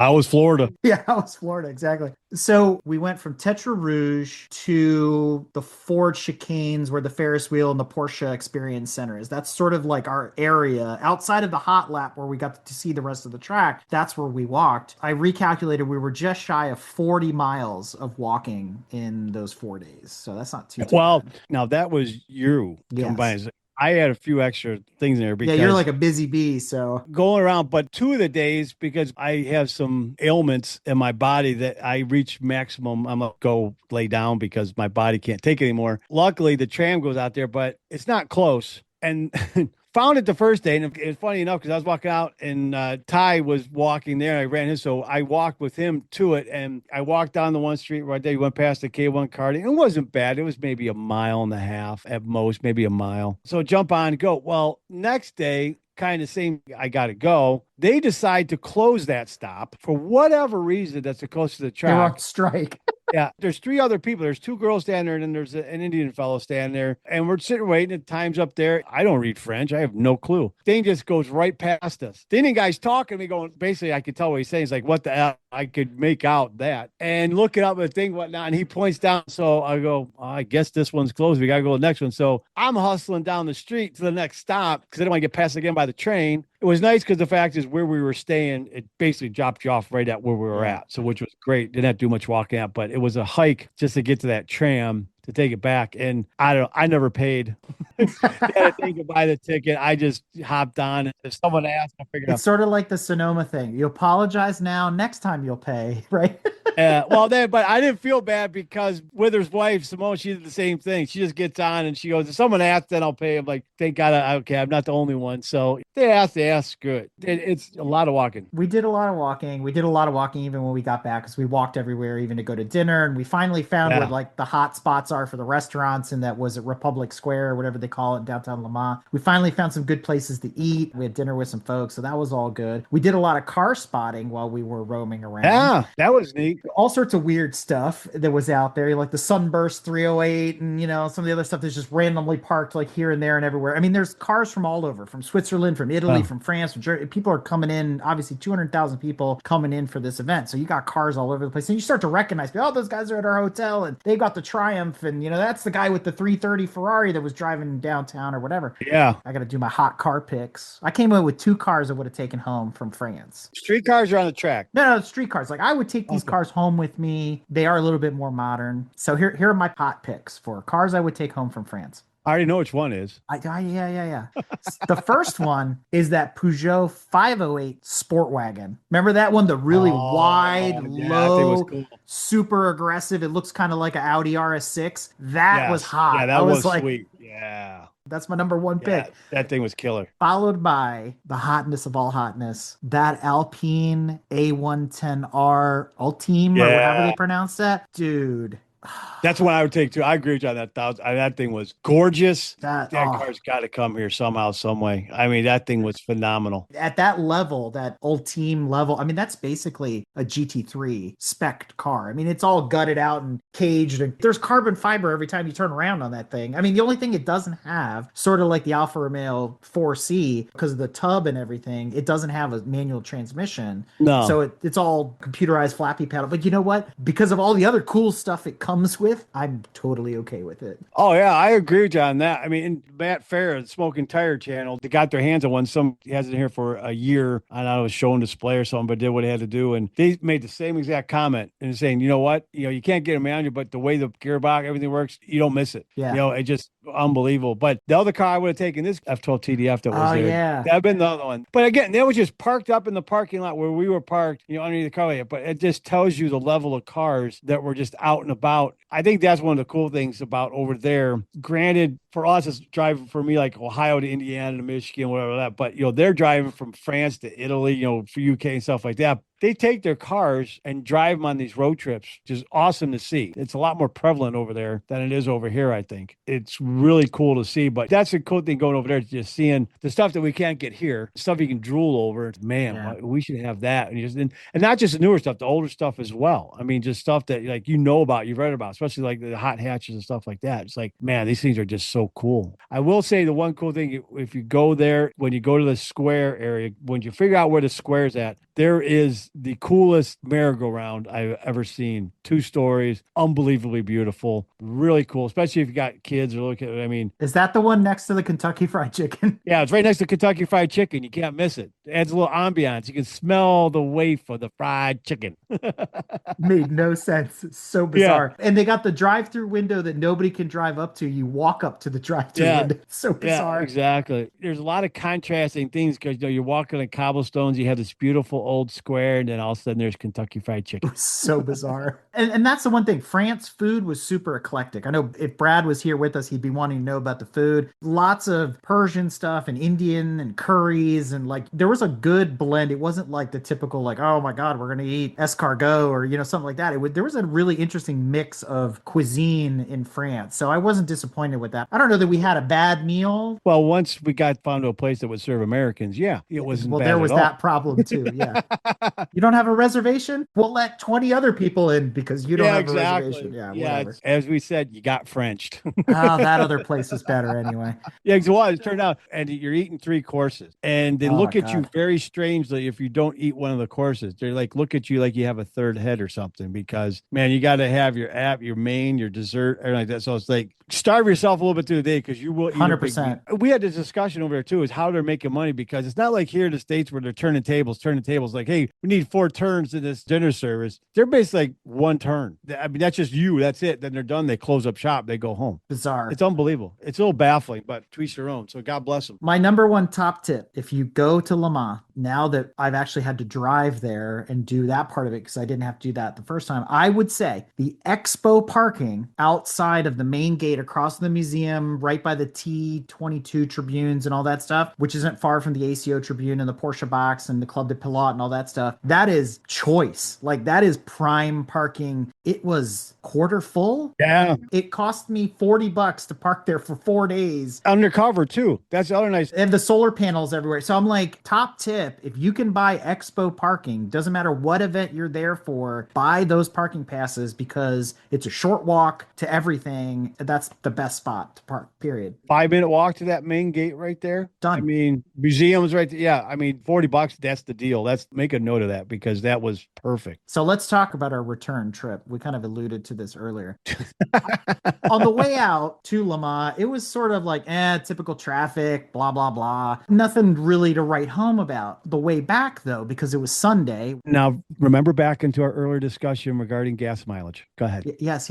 Yeah, Tanya wants to know about this. So they filled the car for me at De Gaulle. We drove all the way to Le Mans. We run around. We get lost. We miss an exit or two a couple of times. That one, we backtracked like 20 minutes, lost all that time. So anyway, on our way back to the airport, to Paris, we are rained out of the race. Like they red flagged a bunch of the plateaus, the sessions, whatever you want to call them. So we hung out at the Club de Pilote, and then you finally were like, man, let's get the hell out of here. Let's just beat the traffic of anybody leaving the track and let's get out of the area and head back to Paris. What did we have? Like maybe half a tank left or something like that on this little 3-cylinder corn popper? It was below half. I mean, it was right there. But I was like, if I do the math, it's this far away. We should be okay. It's mostly highway. It should have been fine. Yeah. Should have been. Keyword. So I prepaid the fuel and I was like, I'm not spending any money on this car if I don't have to. We're doing okay until we basically get to the edge of what I call Dante's 9 circles of hell, which is all those circles of Paris. And we have to cut across Paris to get to De Gaulle because it's on the northeastern corner or whatever. So you got to go through all this mess to get there. And the traffic's getting worse and the rain's coming. And it's just like the last time I drove in Paris. And the drivers are super aggressive, cutting people off, and the trucks just get over when they feel like it. And you're quietly sitting there, and I'm like gnashing my teeth the entire time. Well, I had to pee real bad. There was that too. And I'm like, we're not going to make it. No. We're not going to make it. And then it was like the mileage was just plummeting. And I'm like, we're going to have to stop. There's nowhere to stop. There's nowhere to get off. There's no fuel. Even the GPS says there's no gas around. And then the car starts making weird bing, bing, bing. You're like, what was that? Ignore it. Making some big noises now. Like, okay, go a little further. Bing, bing, bing. And then a little light turns on. At one point, it shot back up. We're like, oh, look. It did. And the mileage, because we started moving again. So it was like, oh, we're in the home stretch. We're clear. And then the traffic doubled down on us and it got worse. And then more lights started turning on the dashboard. So I kid you not, Tanya, we get to De Gaulle. De Gaulle is massive. I mean, it's its own city. And you're driving around and we're trying to get to the rental place. And so again, they love their roundabouts. It's like circling a toilet bowl to get to the rental car place in Terminal 2. So you got to go all the way and go here and go there and this and that and the other thing. And we finally get there and it's all these lights are on the dash. I don't know if you saw them or not, William, but I told them, I said, we are going to coast in. There's nothing left. So we get in there and I put it in neutral and we roll in. According to the gauge, there was 10 miles left in the tank, which I don't know was the truth because it was on zero. It was red. It was like that Top Gear episode where they sealed the gas tank and they kept driving and kept driving. And they're like, when is it going to run out of fuel? I think it was whatever was circulating in the fuel rail. It's what we were running on because there was nothing left. Good luck getting that to the station to fill it back up, buddy. That's going to be one of the fucking Americans. I hope they had a jerry can somewhere with some gas because that wasn't making it to the gas station. We got every penny out of that gas tank. The 3-cylinder turbo, all 75 horsepower, got us to Le Mans and back on fumes. That's the only impressive part about that car was that. Otherwise, it was wholly unimpressive. Yeah. Ugh. I will say that the hotel, the Hilton, whatever, it's right there. Stay there. And another little tidbit, if you come back out and you got a flat next, stay at the Hilton that's right there because you get up in the morning, you just walk right over to the airport. You roll out of bed and you're at your terminal. It's like done. Yeah. Super easy. And it's a nice hotel too. Good food. The restaurant's really good. Another recommendation for you guys. Stay there because it was awesome. So shout out again, David Milton. We miss you. Next time, we're going to shame you into going with us. So your trip ended. You went home. Other things going on. I continued the voyage and I met up with my family in Italy and my sister and my mom were already there. This is where Tanya picks up the story because we're going to talk about driving adventures in Italy.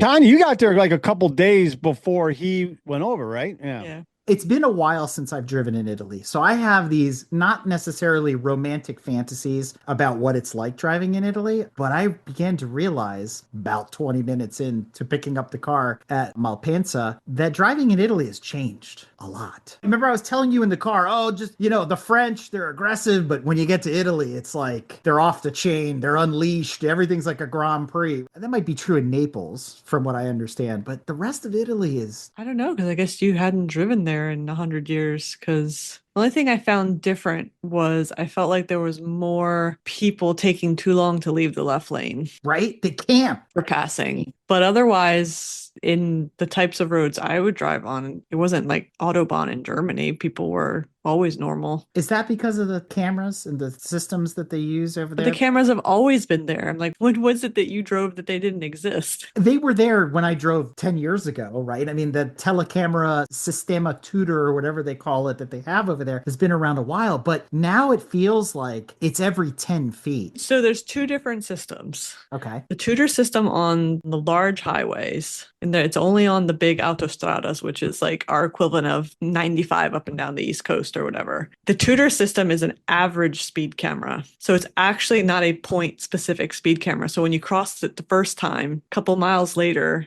you cross it again, and it's supposed to calculate your average speed in that cross the two and then give you a ticket if you exceeded whatever the hell the average limit is. I'm so screwed. Because they're trying to not have somebody slam on the brakes 2 seconds before the speed camera and then do 1,000,000 miles an hour and then slam on the brakes again. So if you kept an average speed, you're fine. Then they have the auto velox system everywhere else, like in America, where you have stationary cameras that are on the side of the road in various shapes, forms, and sizes. Those are taking a point specific reading. But unlike ours, which only work in the direction that the camera's pointed, apparently some of those, doesn't matter which side of the road you're on, it can catch you in either direction. I am so screwed. So if you thought you were safe because the camera's on the other side of the road, so I can just keep going, ooh, might not be the case. I've never gotten, knock on wood, I don't think I've ever gotten a speed ticket. I got a weird parking violation ticket one time. Not even parking. It was apparently I drove down a street that it was in the 2 hour window of which you should not have been driving down the street. I literally went like 3 cars deep on this street. U-turned because I realized it wasn't even the street I needed to be on. U-turned left, and then 6 months later I got this ticket about how like I was on an unauthorized street or something. I'm like, whatever. How do you pay that? Hey man, it's modern times. You just go online and pay it. They hunt you down. So you should see yours about December. That'll be my Christmas gift from Enterprise. Yeah, basically. Merry Christmas. They'll send it to them and then they'll forward it along. I mean, hopefully not. They're really hard because the speed limits tend to fluctuate like a lot. Wildly. Like suddenly you're like, oh, well, first of all, you don't know what the speed limit is. Like, I think I drove for half an hour at one point and I was like, I haven't seen a speed limit sign. I don't know how, and I'm like passing under the Tudor thing. I'm like, I don't know how fast I should be going. But I was feeling rest assured by the quote locals who weren't slowing down at all. So I'm like, well, if I'm not going any faster than all these other people that are blowing by every form of camera, I guess hopefully I'm okay. Could you really go that fast in your rental car? I mean, What'd you have? I had a Citroen C3 Aircross compact SUV. It was slightly larger than what I was supposed to have gotten. I should have gotten probably something the size of a Golf. However, when I booked the reservation that I made, you had to set the time you were picking it up. And in the US, you set a time and it really doesn't matter. It's just kind of like an indication of when they start billing you, right? But apparently in Europe, in Italy, when you show up at the rental counter and it's 11:15 and you said you were picking up at noon, they go, we don't have your car yet. You reserve a car? Okay. We have a problem. Your car is not available. We can do a bicycle, okay, or a 747. She got Frenched in Italy. We can upgrade you for 10 extra euros a day if you don't want to wait. And I'm like, okay, I've already been up. I left America. I didn't sleep on the plane. Do I really want to stand here for 45 minutes? I can offer a discount. It is a special discount because it is a discount of more money you need to pay. Screw it. I'll pay 10 extra dollars. So I don't know what I should have gotten or what I would have gotten, but I got this Citroen compact SUV thing. It's okay because I landed at the same airport as you. Non ti preoccupare, non gli do mica la macchina che ho prenotato. And they didn't have any Golfs anywhere. So we got the upgrade as well. So I ended up with a Nissan Qashqai. Oh, geez. Yeah. Oh. How you pronounce that? Yeah. Qashqai. Don't know why they call it that. In America, that would be the equivalent to the Rogue, more or less. It's in that size range. It's a Renault, like anything else. How many horsepowers did you have, Tanya? I think it only had like 100 or something. I think that's what I saw when I looked it up. It wasn't a lot. I had 158. Yeah. Woo! Race car. Chasing her in the mountains was like no problem. And Jess was like, you need to back off because I think she's got it floored. So driving in Italy, to Tanya's point, it's not like the old days. That's what I noticed. They do drive slower, although they were making fun when I was talking to some of the locals. Like you were talking to some of the locals. They're like, don't you guys drive fast in America? I'm like, no. National speed limit is 65 miles an hour, which is like, what, 110? They're all doing 80 on the highway. The speed limit there is basically 80 on the large highway. Yeah. Kilometers or miles per hour? So it's 130 kilometers an hour, which is more or less 80 miles an hour. Yeah. Which our speed limit is 65 miles an hour and everybody's doing 90. So we do drive fast. Yeah.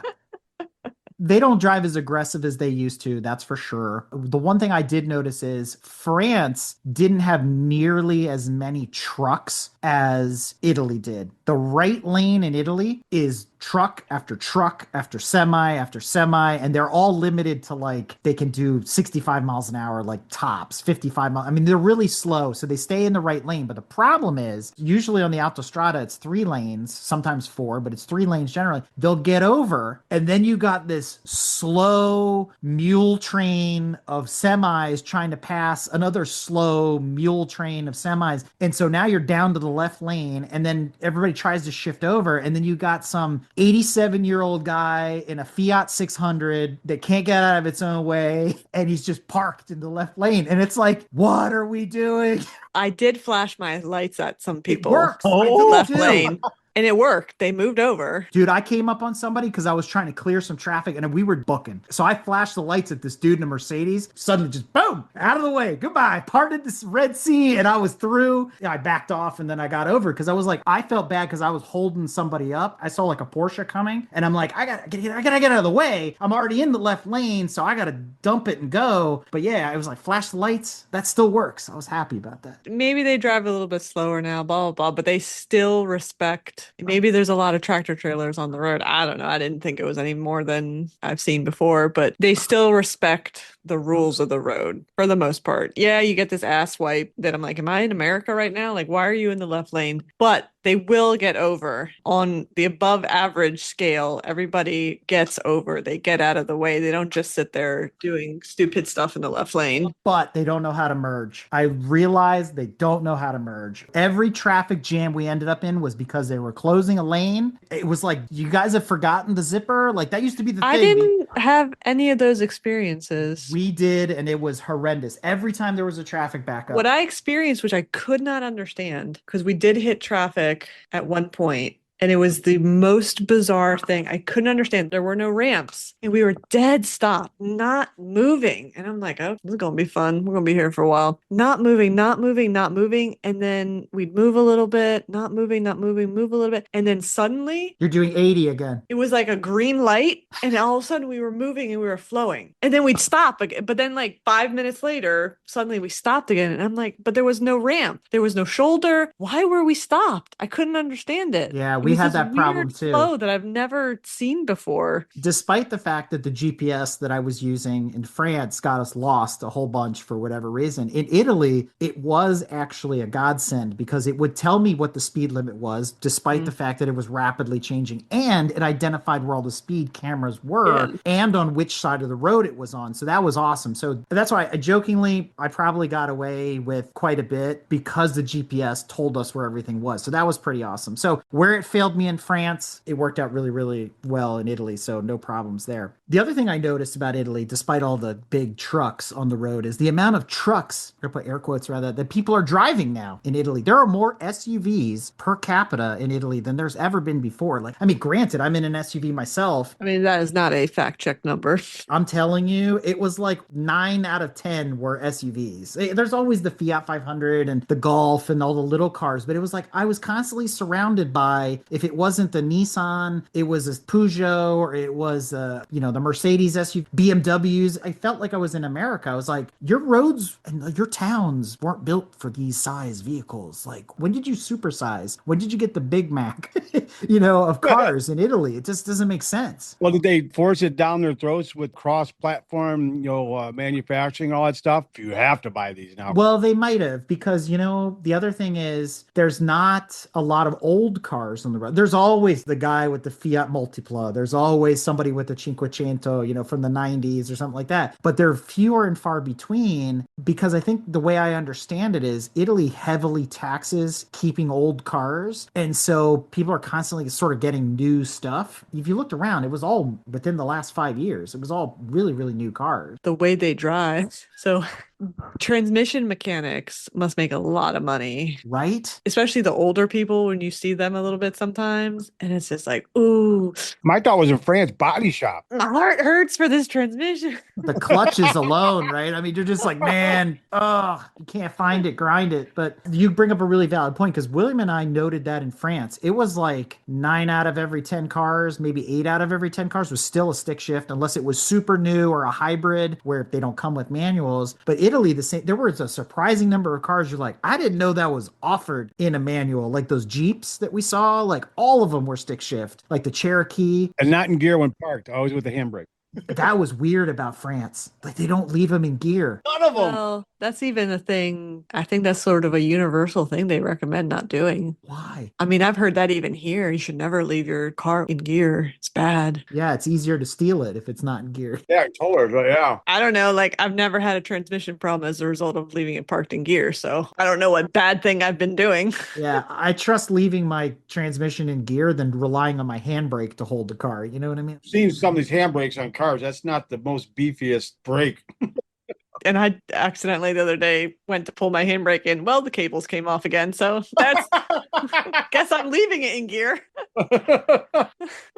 To William's point about France and seeing some cool cars. Well, what I didn't see a lot of, which I was surprised, I hardly saw any alphas in Italy. Yes. And yes. normally there's tons. I think I saw 2. There were not many. There were some Stelvios every now and again, but that was pretty much it, what we saw. But to your point, William was saying earlier, cool cars that we saw on the roads. There's a lot of stuff that isn't cool that you've seen in pictures and magazines. You're like, yeah, ugh. But I will say there's still a lot of VWs in Italy, which is totally cool and totally fine. But, we talked a lot on previous drive-thrus about like the ID2 and the ID3 and, oh, that'd be kind of cool if they brought it here. Now that I've seen them in person, you can keep all of them. They look horrendous. They actually photograph better than they look in person, which is odd because usually cars don't photograph as well as they look in person. But these new VWs are just, I don't like them. They're getting out there in regards to styling and what they're doing. And it's almost like they don't do any type of focus group or let's do something, or let's just go out in the public and talk to people in general, get a consensus or get a little feedback. But it's almost like, nope, this is what we're doing. So I will say there was an ID Buzz on the highway. That's massive. Next to the things it was next to at that time, it did not look massive. Because to your point, it was surrounded by a bunch of tractor trailers, but it was like a worker van of some sort. So it was white, but they had paneled out the back glass and the side glass. You only had glass at the front doors. It looked really cool, actually. It didn't seem like it was like see-through, that it was just like white, but the driver maybe could still see out. It seemed more like how sometimes we have those worker vans where they've closed off all the windows. It was like all white. The taillights were like blacked out and all this stuff. So maybe it wasn't a worker van, but it looked really good, that trim. See, the car I like, the car I would take home, the car I would buy if I was in Italy was the Fiat Tipo wagon. I actually really like that. It was reminiscent of older VWs. It had a very German look to it. At first I was like, what is that? And then I was like, that's a Fiat? No way. I really like the look of that. I saw the sedan version, but I think the wagon, something about the long roof, it just looks better. So that was my pick. Nothing to write home about in the performance department, but if you're looking for a family wagon with a manual transmission, like, yeah, that's not bad looking at all. Outside of that, my number one pick for Italy was the Alpha 147 GTA that we saw at Le Mans Classic. So that thing was awesome. Yeah, that thing was nice. Let's talk a little bit more about our rental cars and driving in the mountains. How was that with your alleged 100 horsepower and my legendary 3-spoke steering wheel? 3-spoke steering wheel. So where I was staying, I had a 20-minute ride up the mountain to get to where I was and a 20-minute ride down the mountain. She says ride. She means rally stage. Yes. I mean, it's hairpins and lefts and turns and all that. Is this the roads you were explaining to me, Eric, when you were talking about when you were younger going there and borrowing the car? Yes. Okay. It hasn't changed. It's more paved now than it used to be. That's the only difference. Except for the spots it's not. Well, it's like Pikes Peak. It used to be gravel, now it's pavement. So I going up the mountain, I had to do a lot of shifting. You don't say. A lot of downshifting constantly. Oh, I'd say downshift. Yeah, only one direction, down. It won't go any lower. But, like, honestly, the car wasn't anything. You know what? It got me where I needed to go. It took the bumps. It took everything like a champ. You were rowing the boat if you needed to get around somebody. You had to plan it, be strategic. You were constantly downshifting to get the curves and go up the hills on the mountain. You were riding with your mom, right? And a lot of this. How was she as a passenger? Does she critique? Is she quiet? She didn't say anything. The only time she got nervous was so we ended up crossing through the mountains. We took sort of a back way to go visit some family. And there were certain parts that got extremely tight. Like, I can only fit, I hope nobody's coming, and there's a hairpin turn and I can't see, and we're going to have a head-on collision. Then she was getting nervous. But otherwise, She didn't really say much as long as there was kind of room for two. Let's fast forward to us going lead follow down the mountain, us behind Tanya. And what was my wife saying the whole time? So I don't know if you realized, because again, we came back through on part of a section where there was a lot of more turns that were tended to be blind and some corners that got narrow and like cliffs on one side. So, and I was in the front. And I don't know if you noticed, I wasn't just driving like an ass, but as soon as I could see nobody was coming, I would cut onto the other side. Yes. Be like signaling, you can take the turn however you want. Nobody's coming. Yeah. I've taken the opposite side of the road. No. I picked up that. So I wanted to ask you, because we didn't talk about it then, figuring we talk about it now. I don't think we were driving overly aggressive. Whether we were coming down from the castle or we were going up, whatever we were doing, I don't think we were really pushing the cars, because I think both of us agreed that they were giant pieces of crap and they weren't going to give us very much, even if we wanted it. I would like to think we were pretty well behaved. Other people might have. So going up the mountain, I had people that would pull over and let me go. So it's obvious they can tell that's an American. They're like, that's Tazio right there. Just They could tell that I was going to go at a little bit faster clip. Some people were going like painfully slow. And I'm like, dude, seriously? I know I'm a gutless wonder, but we can go faster than this. According to Eric, he says that everyone has to stop at every house. If someone's car's in the driveways, they got to stop and chat. 100%. We got stuck behind a tractor. I was making a joke. I said, somewhere up here, we're going to get stuck behind a tractor, whip around the corner, boom, tractor. Got stuck behind them. I got stuck twice behind the Final Destination tractors or trailers with like these wood piles. And it wasn't like Final Destination with the big long beams. No, this was, they had chopped it up into nice little pieces. And then somehow, as we had plenty of time to watch this, and I'm sitting and going, my God, don't let a piece come off, bounce and come through the windshield because I don't want to pay for this. They had somehow strategically stacked all these in this beautiful stack that like mounded like a pyramid up out of the back of the tractor trailer, nothing securing anything down. I'm like, how the hell are these pieces of wood just— They weren't tied down? No. Gravity. No, they were just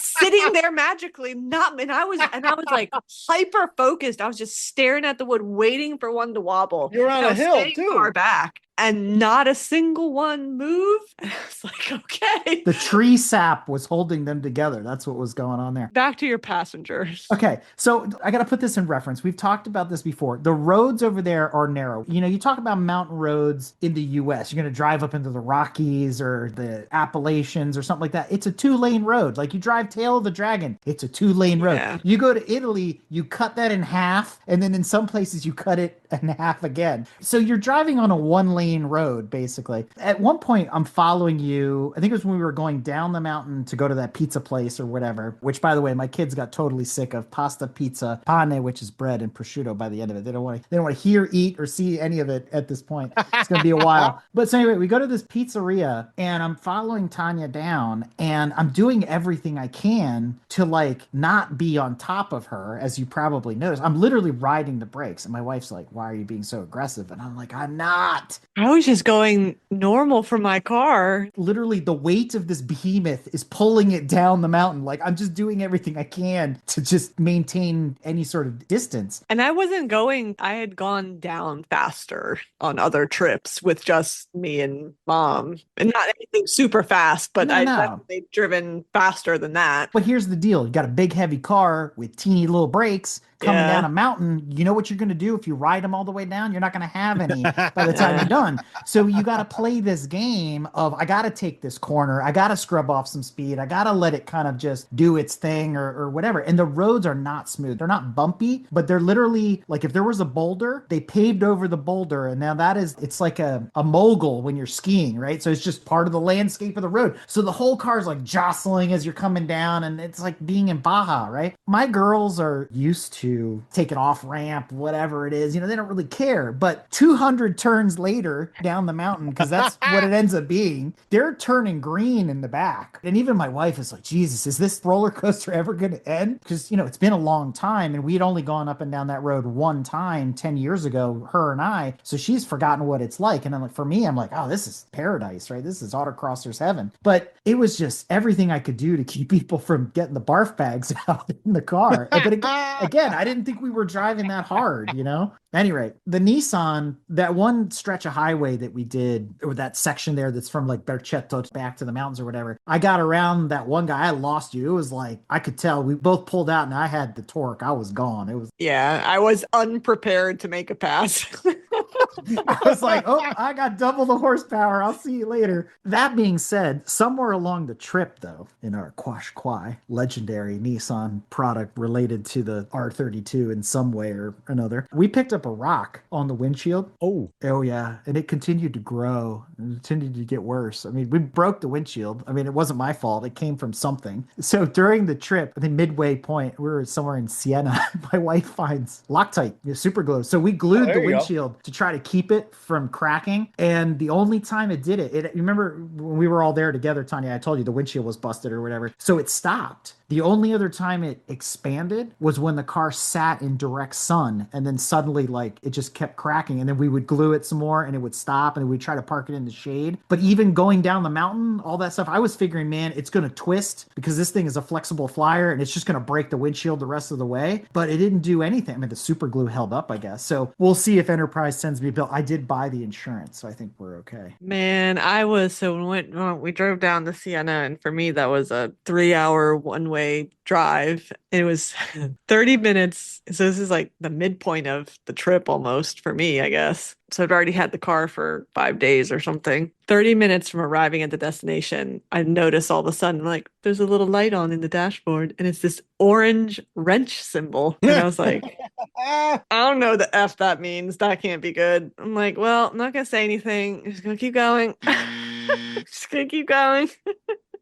well, all this talk now going on in regards about rental cars, you were saying about getting a bill. Is it Hertz? They're installing those AI scanners now. That's who I rented with. Yeah. People are getting clipped big time. They're creating a lot of headaches. Speaking of that, because I did rent with Hertz, and my orange, I looked it up on the wonderful interweb. So the orange wrench symbol, which I was hoping can't be the check engine light. This must be like a service symbol. And according to the internets, that's what it was. So I guess it was due for an oil change. And they didn't say anything to me when I returned You it. exceeded the maximum number of shifts in a Maybe. particular period.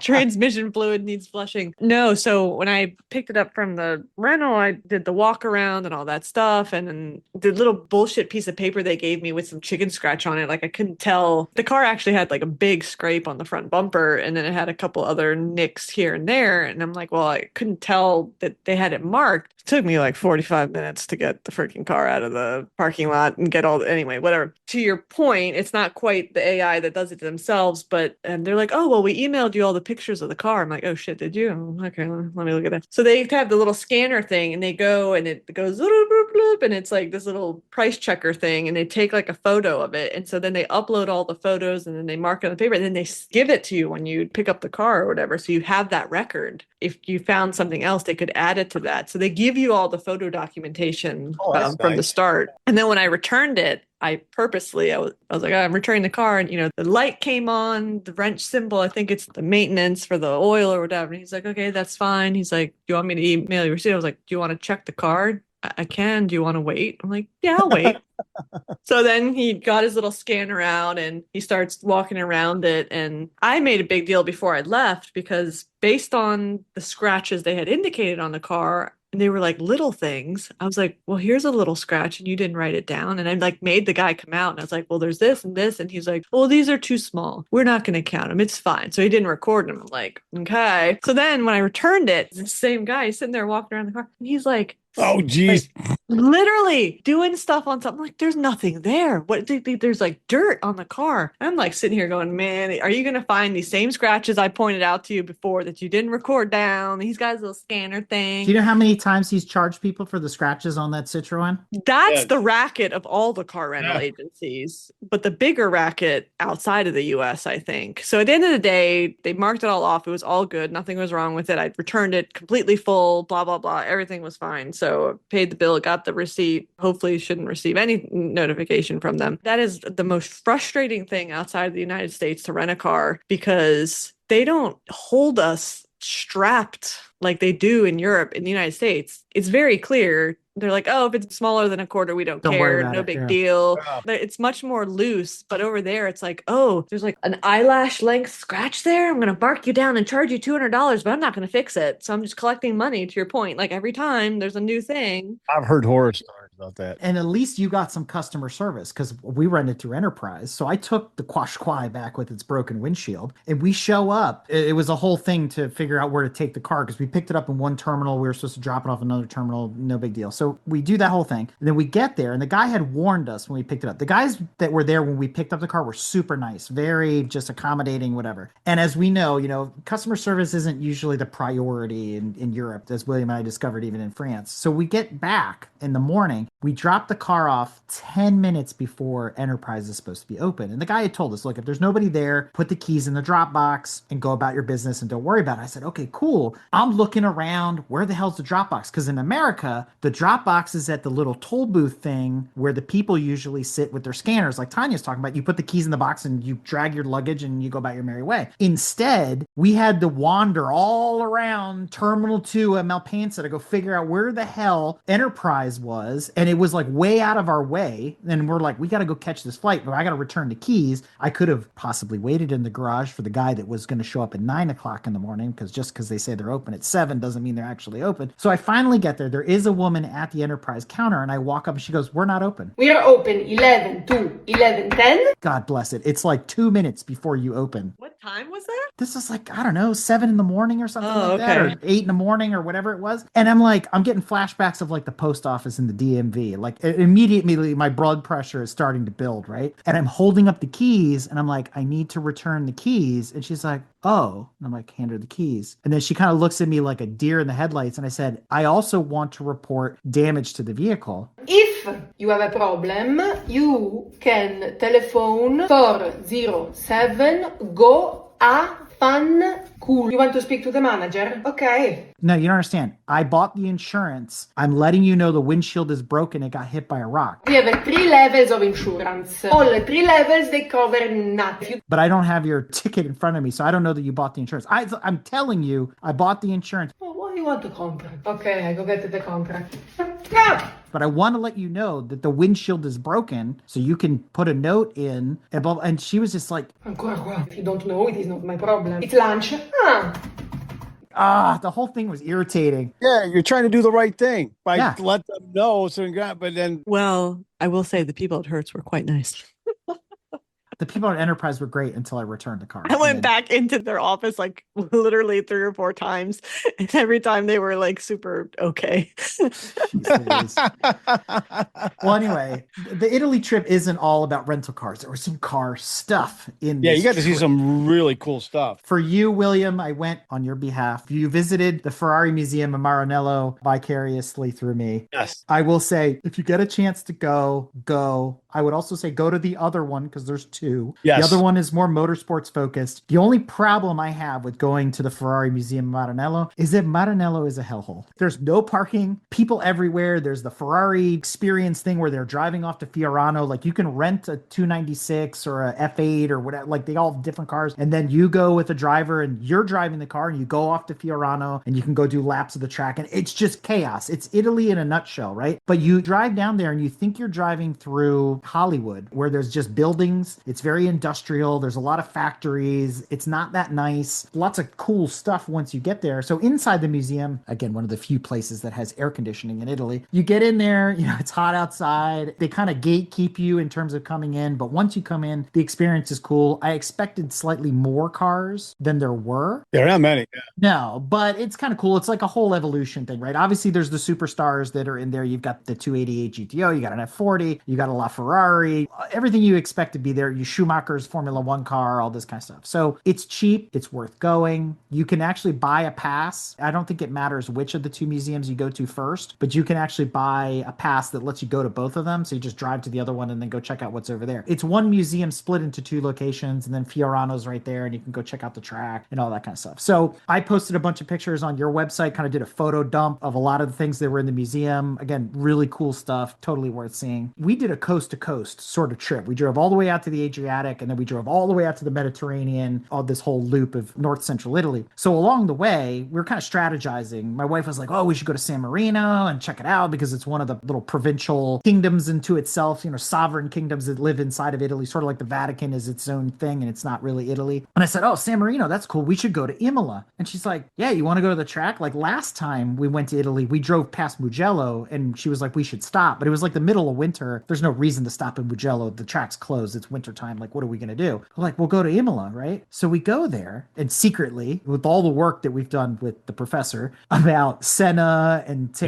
commemorating his death after 30 years, I was like, this is an opportunity to go see the Senna Memorial and to go see the track. So my girls were sort of dragging their heels a little bit, right? And they're like, oh my God, we're going to go to a racetrack and blah, blah, blah. Unlike Maranello, which was in the middle of just an industrial park, Imola's sort of off the beaten path. It's almost like going to an American racetrack. You get there and there's a fast food joint and a gas station and a couple of houses and there's nobody around. But they built the track around this town, or the town of Imola sits in it's really bizarre, like the way it's laid out. But when you get there, you realize, sort of like Montreal, the track is open. You can't get on the track like you can in Montreal, but you can walk around it. You can go everywhere. And then once you cross under this tunnel, which goes under like start finish, like that area of the track where the grandstands are, you can cut into the inside and there's all these parks and like sporting complexes and like all this stuff that belongs to the track. So there's all these signs that say, Gilles Villeneuve Memorial and this memorial and that memorial, and then the Senna one. And like the Senna one's like way out there because you have to walk all the way to Tamburello, right? So you go out there, you go out there, you go out there, and you keep walking, keep walking. I actually had walked past it and I didn't realize. I saw all these banners and flags and I'm like, I'm close. Like I can see there's a sign that says Senna and it's on the opposite wall on the other side of the track. And I said, this is the Tamburello chicane. I'm here, but like, where's the memorial, right? This is really strange. So I walk past it. I walk all the way to the gates and there's this guy there. And I don't know if he worked at the track or not, but he was super nice, older guy. And I said, hey, excuse me,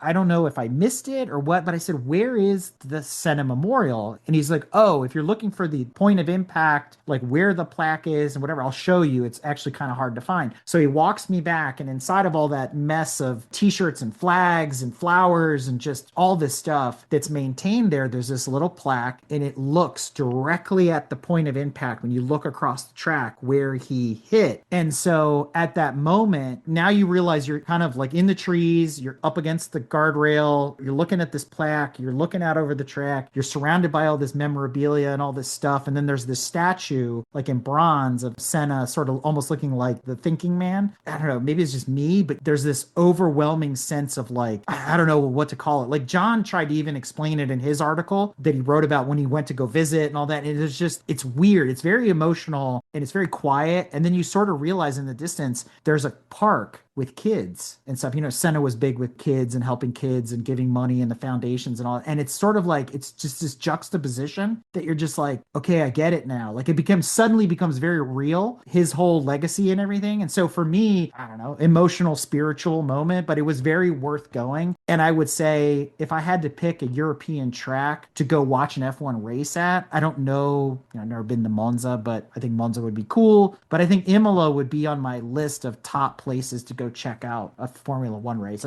I like the whole atmosphere. I like the whole vibe. I like the way it's laid out. I like the vantage points and everything. I think it was pretty cool. Yeah, no, definitely. I think Italy is one of the, if you go for an F1 race, that's one of the places to go. Just, I mean, it's Tifosi, everything like that. I mean, just, it's supposed to be unbelievable. Well, and I tried to do one more thing because on our last day, we went to go visit my uncle. He invited us over for lunch, and the day before we were supposed to leave. And so he lives 8 miles from the Dallara Academy. And so they got their whole museum thing there too. And I know Tanya's been before, and she wrote an article about it and took pictures and everything. I said, oh, this is my chance. I didn't go the last time I was here. I want to check it out. We've literally driven by it 16 times because it was on the road where our Airbnb was or whatever. So I'm like, okay, I want to go check this place out. And we're looking online and, okay, it's open Mondays from this time to this time, and, blah, blah, all this kind of stuff. And so we get there. Parking lot's full. We're like, oh, that's a good sign. Find a parking spot. Walk around, closed due to like renovations or whatever. Like, oh, you gotta be kidding me.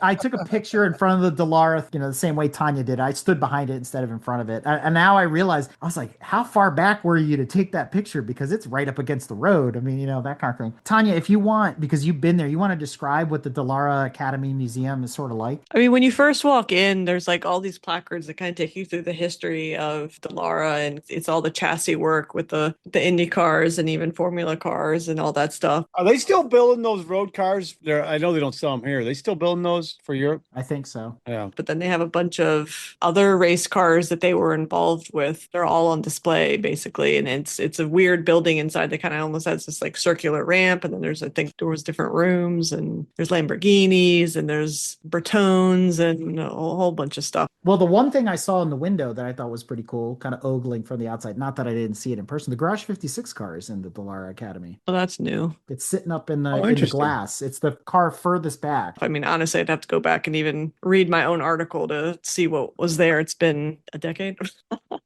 The adventures didn't stop there. William, you set off for Miami. What was going on in Miami? I land and my flight's coming back from Chicago was delayed 2.5 hours. Lovely United again. So when I finally get back here, phone turns on and I get a text message from our good friend, Mr. David Beatty from Slotmod. He goes, well, what are you doing next week? I don't have anything. He goes, I'm going to Miami. Can you come with me? Yeah, sure. Then I'm like, what's going on? And he tells me that he's, hooked up to go to Barry Skolnick's collection because Barry's interested in buying a track from him. Barry's very public in regards to his collection like that. Super nice guy. Unbelievable cars, unbelievable artwork. We were with him for a couple hours. He's got a real keen eye for art. And it's really cool stuff. It's not kind of your basic, just boring stuff. And he finds these guys like on Instagram or street artists, stuff like that. So it's really cool stuff. So I was really neat to see because he's just got a crazy collection of cars. And when he first started getting into car stuff, he was into the muscle cars, the chopped cars like 49 Mercs and that kind of stuff, which he has some there. But then obviously it grew into what he has now is Daytona SP3s. He's got his AMG ones coming. He's got a Koenigsegg, a lot of high class stuff. But that was neat. But in talking with Dave before we left, he wanted to try and fill in some more time. One was about going to Curated. I know those guys well. So I said, well, that's not a problem. You get Friday. I go, but I don't know if Herschel or John would be there because, Dave just kind of wanted to meet them, networking, stuff like that. But the other one was Garage 26. I had never heard of them. He sent me their Instagram page. Well, there's a few things on there. You do a little research, find out father-son duo, real estate, everything. The son, Tommy, he runs in Ferrari Challenge, that kind of stuff. So he's trying to get a hold of someone to find out how we go in there. He's not having much luck. And he knows Adrian Fernandez very well, i.e. So Eric, you just interviewed Adrian. Anyone that's listening, go listen to that episode. Awesome. As I was digging around, I noticed there's a little blurb in there about Adrian's office, and that is in the same building as his Garage 26. And it kind of throws you off because you're like, Adrian's on the 4th floor and hey, they're on the 5th, blah, blah. I'm like, okay. He reaches out to Adrian. Lo and behold, Adrian's part of that whole thing. So it's like, boom, there's our entry. And so after we go to Skolnick's, we go over there and we meet Adrian's nephew, JP.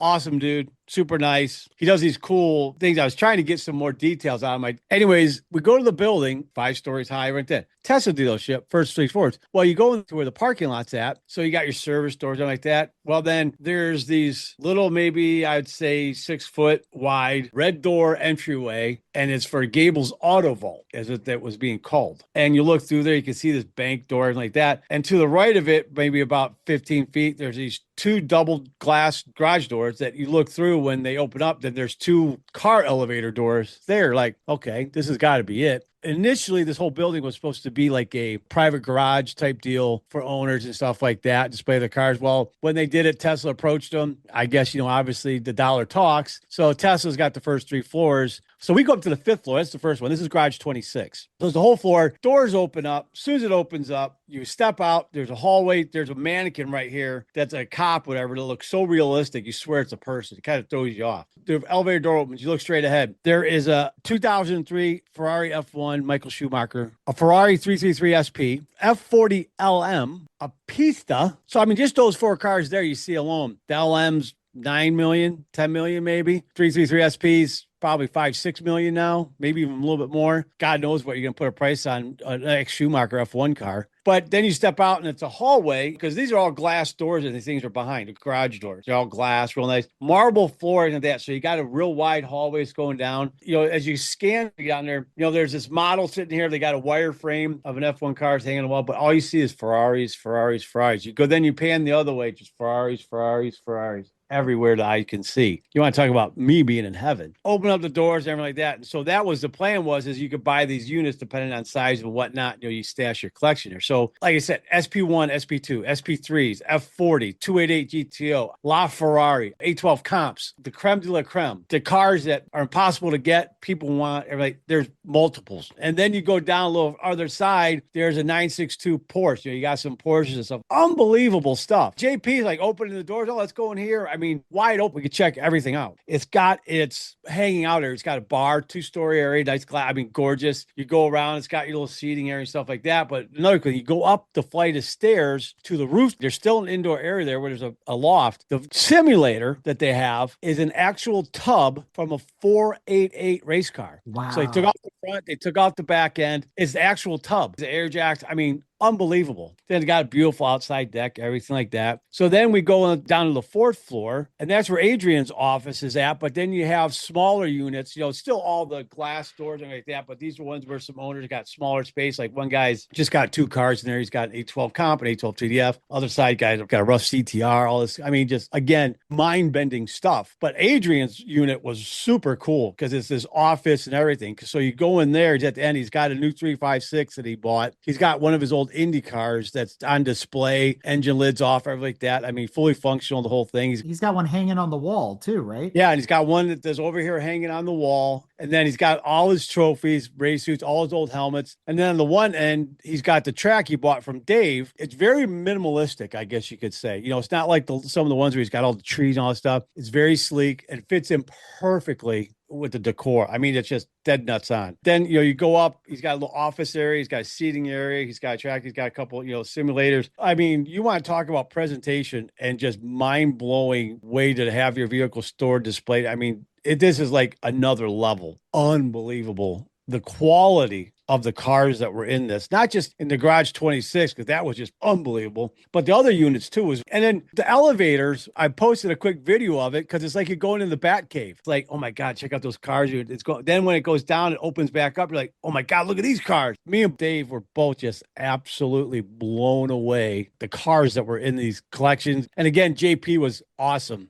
Just awesome dude. I can't say enough about him. When you finally get through the backlog of editing all your videos and stuff, I look forward to seeing them up on YouTube, but also, maybe we'll see some of these garages and private collections showing up on Garage Style Magazine as well, some of the photos that you took. So we'll keep everybody up to speed on where you are with all your travels and everything. But I can't wait to look at all the pictures. It's pretty awesome. I still have one more video. I got to do all the paddock one or the grid walk for Le Mans. Then I'm going to do those ones, but it's some really cool stuff.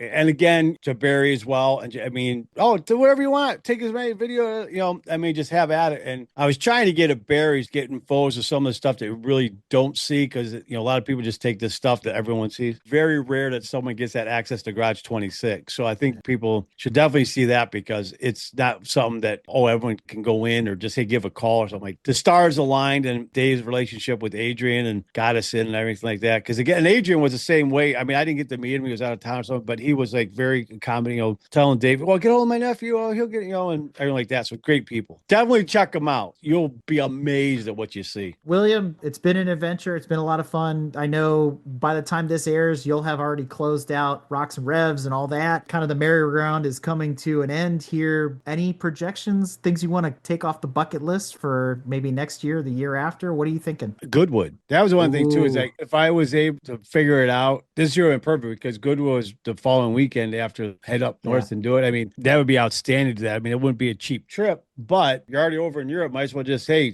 just spend a few more days and go up north. But Goodwood would be the one to go to, but I would definitely do the Revival. I wouldn't do, The hill climb. yeah, because I mean, they're just driving up his driveway. That one always, I kind of scratch my head. It's like, I mean, yeah, they do a lot of, launches and that kind of cool stuff, but I want to see him go on track. So I'd love to go to the Revival. I think we might be tainted though, because if we go to the Revival, and Yeah. we're going to be comparing it to Le Mans Classic, Disappointed. and then it's like, well, why did we do this? We'll just do Classic again, which is nice because Classic they've announced starting this year, it's going to be every year instead of like whenever they feel like it kind of thing, or what they were doing. So it's cool to see Classic has got some legs underneath of it. So there'll be an opportunity to go back. And I kind of like that, right? Go to the big Le Mans, like the next 100th. Yeah, the actual 100th running, is the next big one. But the rest of the Le Mans 24 hours, you watch it on TV and that's great. But Classic, again, it's just got that vibe. It's got that feel. It's a time machine. There's something awesome about it. Well, especially now going to it once, getting the lay of the land, understand things, okay, this is how they're doing stuff. Now you could really attack it in regards to what you'd want to accomplish, kind of know the ins and outs. That would definitely be something to go back to, would be that. I mean, it's well worth it. Everyone I've talked to, I said, bucket list thing, if you ever get the chance, you have to go do it. You have to figure out some way to go do it. Well, it looks like we took over the whole episode with our adventures. Seems like it. Since Brad isn't here, we'll kind of reconvene our normal news next month. We got lots of cool stuff that, in essence of time, we will cover next time. But there's a couple things I do want to add that are part of our European adventures. I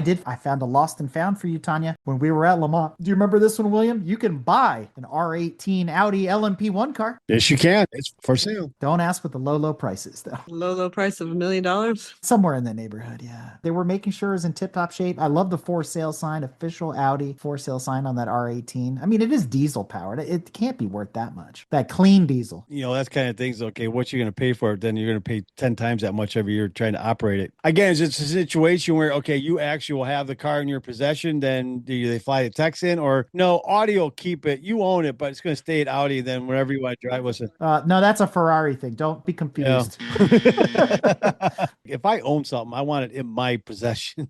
So jumping ahead, we do have an Uncool Wall nominee this month, and this comes straight out of Italy, but it's French. Mind you, I saw plenty of ugly cars while I was over there, but this one took the cake. We were walking down one of the roads in Sirmione, which is on the lakes up in Italy. My whole family stopped and was like, what the heck is this thing? So I present for your consideration the Peugeot 1007 and its sliding doors. Oh, wow. That's interesting.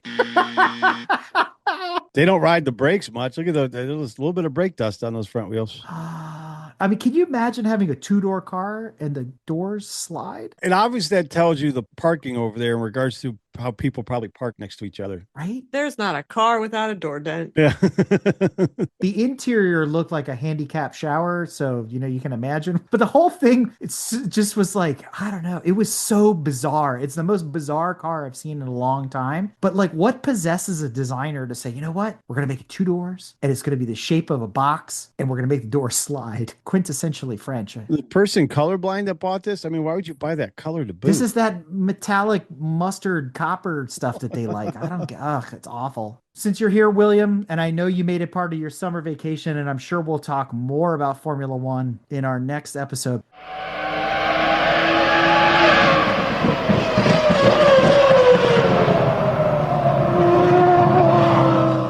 But I've got to ask, because we joked, we made fun of your $10 movie theater. Did you go see the F1 movie? Hell yes. It's awesome. Is it? I think it was a fantastic movie. I thought it was really good. And again, though, I can't stress, and I said it's like with Ford versus Ferrari and stuff, this is for entertainment. It's not trying to nail it down, but they did a hell of a job capturing like the speed, the sound, everything. I mean, some of the shots that they got were unbelievable. Because I mean, you saw when they were filming how immersed they were with the actual F1 after races and everything like that. Obviously, you can clearly tell lots of CGI stuff, this and that, like, oh, that'll never happen. So there's a lot of stuff you go like, ugh. But you got to take it with a grain of salt. It's pure entertainment purposes. Most of the racing footage was literally real racing footage that they went and CGI'd and changed the colors of the cars so there wasn't, an Alpine or a Red Bull and stuff like that. Well, the one cool thing is they go back to in the 80s when he like got into it. They use Martin Donnelly's actual crash video and footage of him crashing, lying in the middle of the track, the whole 9 yards. So it's like that. Wow. It's the actual video of it. So they use some real stuff in it. They kind of CGI'd to make, so it was him in the car driving that Lotus, but they use a lot of old footage from back then, kind of having flashbacks and kind of how like he was supposed to be the next big thing.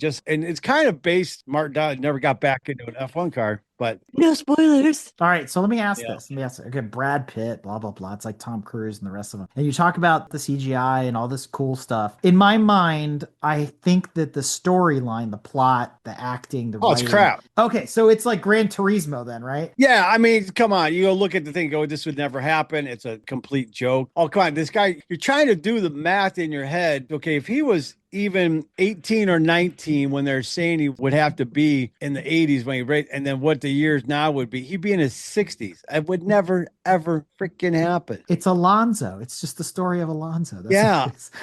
Brad Pitt's, all right, he's made some good movies, but I mean, every movie he's in, he's the same demeanor, it's just plug and play and doing it how he acts. But I enjoyed it. I think it's definitely worth it to go see it. We didn't stay for it, but we actually went to the drive-in the other night, and it was the second movie. We went and saw Superman, and it was supposed to be the second one, but I was like, yeah, I don't feel like staying. That's when I'll wait till it comes back out on Apple TV, and I'll watch it, on my TV again. But I thought it was good. Speaking of Apple TV, I heard that Apple is bidding for Formula One coverage for next I think year. they got it. Did they really? No, I thought Disney did. What is the deal with Disney and Formula One? Everyone's trying to get on the bandwagon, and depending on how long they buy the rights for to do it, if they buy it for any more than 5 years, they're going to be effed. Because I guarantee in 5 years, the popularity here in the States is going to start waning big time. It's going to do that NASCAR thing where NASCAR was boom, boom, boom.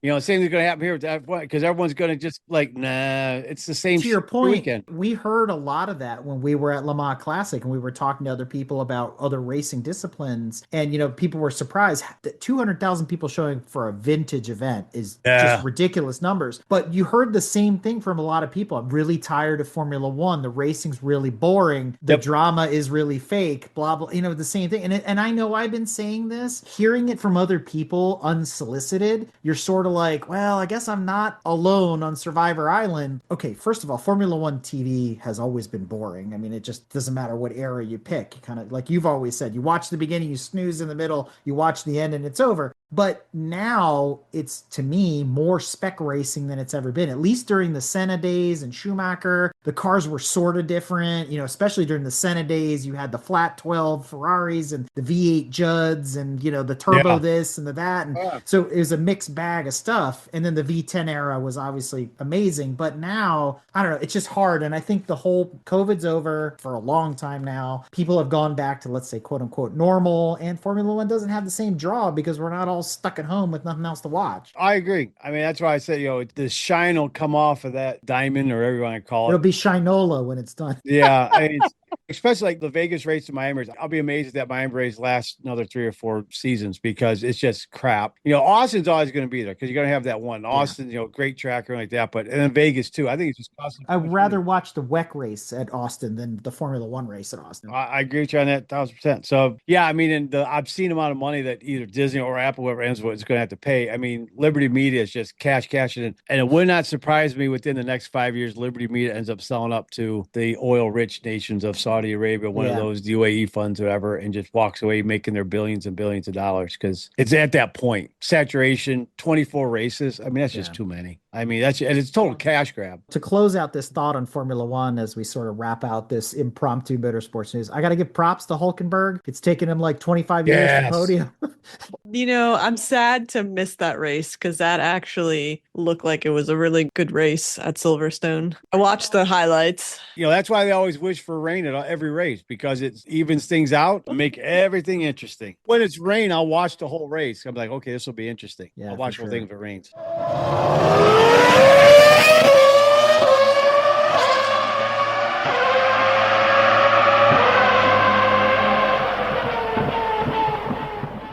That's it for motorsports news, but we are going to rejoin the conversation next month with more F1, more of everything, because July is an exciting month. So we look forward to more motorsports news in the next drive-through. And remember, folks, that our motorsports news is brought to us in partnership with the International Motor Racing Research Center. Their sweepstakes is back in full swing. And as we've said before, it's your chance to win a 2025 Porsche 911T with a 6-speed manual or take a $75,000 cash option. Details on how you could enter to win that Porsche are at racingarchives.org, and then click on sweepstakes from the upper right corner. And with that, Tanya, it's time for our GTM Trackside Report, sponsored by the Northeast region of the Audi Club of America. Are you ready to discover the exhilarating world of track driving? This season, step into your driver's seat and experience the thrill of pushing your car to its limits in a safe, controlled environment, perfect for those who have always dreamt of getting on track. Here are some upcoming ACNA events you might want to check out.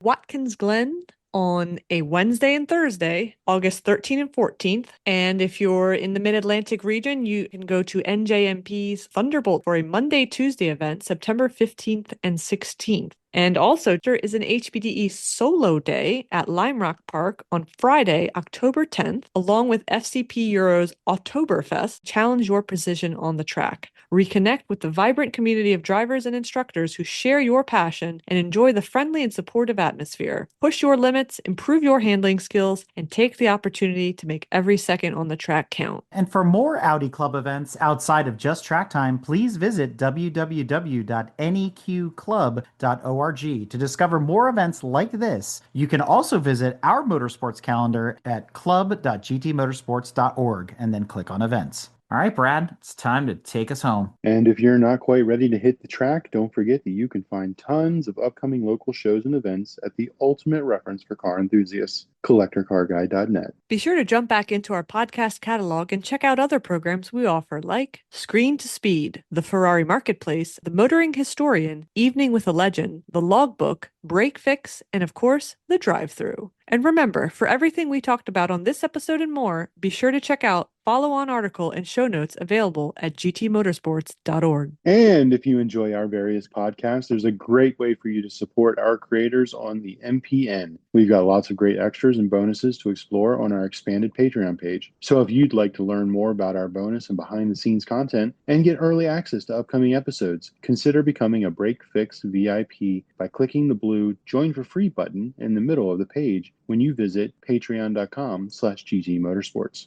And a thank you to our co-host and executive producer, Tanya. And a big shout out to William Big Money Ross for joining us tonight. William, I appreciate you filling in for Brad this month. I know he's down with the flu and we miss him. We're looking forward to next month's drive-thru where we can catch back up with him and do the news and all that kind of stuff. Again, shout out to you. Thank you for coming on. And it was a pleasure traveling with you. It's been a hell of a ride, and let's see what comes next. Yeah, same here, man. It's awesome, and more things to come. More great fun things to come, I'm sure. And we got a promo for the Ferrari Marketplace too.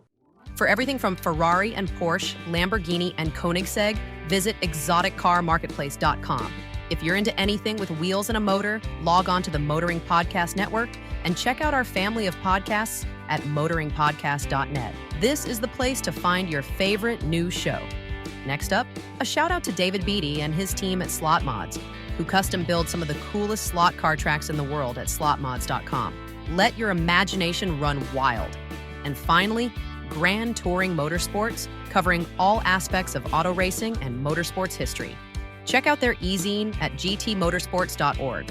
All the links for our sponsors are in the description. Well, on that, another quick shout out I just want to throw out there for folks. July is generally our anniversary episode, and obviously we got to celebrate by doing this gigantic car-centric vacation here over the last month between drive-through episodes. So shout out to Break Fix, 5th anniversary on the air, and then obviously we picked up all the other shows and all the other creators along the way when we founded the Motoring Podcast over a year ago at this point, and then 11 years of Grand Touring Motorsports in its current form. So we've crossed that decade threshold. So happy anniversary to us. Yeah, congrats. That's a big milestone in this thing. That's huge. A lot of come and go, a lot of these things come and go, but you take it, you grow with it, make things happen, and it's going in the right direction. So, I mean, it's going to be cool to see what the next 10 years brings. Well, I'm glad you're along for the ride. Yeah. So, yeah, I'm excited, besides more gray hairs, but, And all the fans, friends, and family who support Grand Touring Motorsports and the Motoring Podcast Network. Without you, none of this would be possible. Outro. And we're out.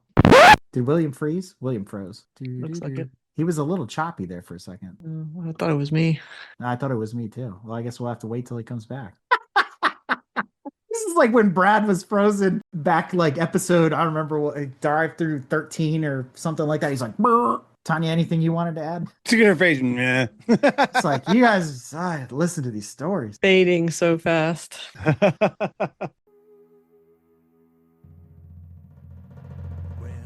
Here we are in the drive-through line, me and her. Cars in front of us, cars in back of us, all just waiting to order. There's some idiot in a Volvo with his bright sun behind me. I lean out the window and scream, hey, what you trying to do, blind me? My wife says maybe we should park. We hope you enjoyed another awesome episode of Break Fix Podcast, brought to you by Grand Touring Motorsports. If you'd like to be a guest on the show or get involved, be sure to follow us on all social media platforms at Grand Touring Motorsports. And if you'd like to learn more about the content of this episode, be sure to check out the follow-on article at gtmotorsports.org. We remain a commercial-free and no annual fees organization through our sponsors, but also through the generous support of our fans, families, and friends through Patreon. For as little as $2.50 a month, you can get access to more behind-the-scenes action, additional pit stop minisodes, and other VIP goodies, as well as keeping our team of creators fed on their strict diet of Fig Newtons, gummy bears, and Monster. So consider signing up for Patreon today at www.patreon.com/GT Motorsports. And remember, without you, none of this would be possible.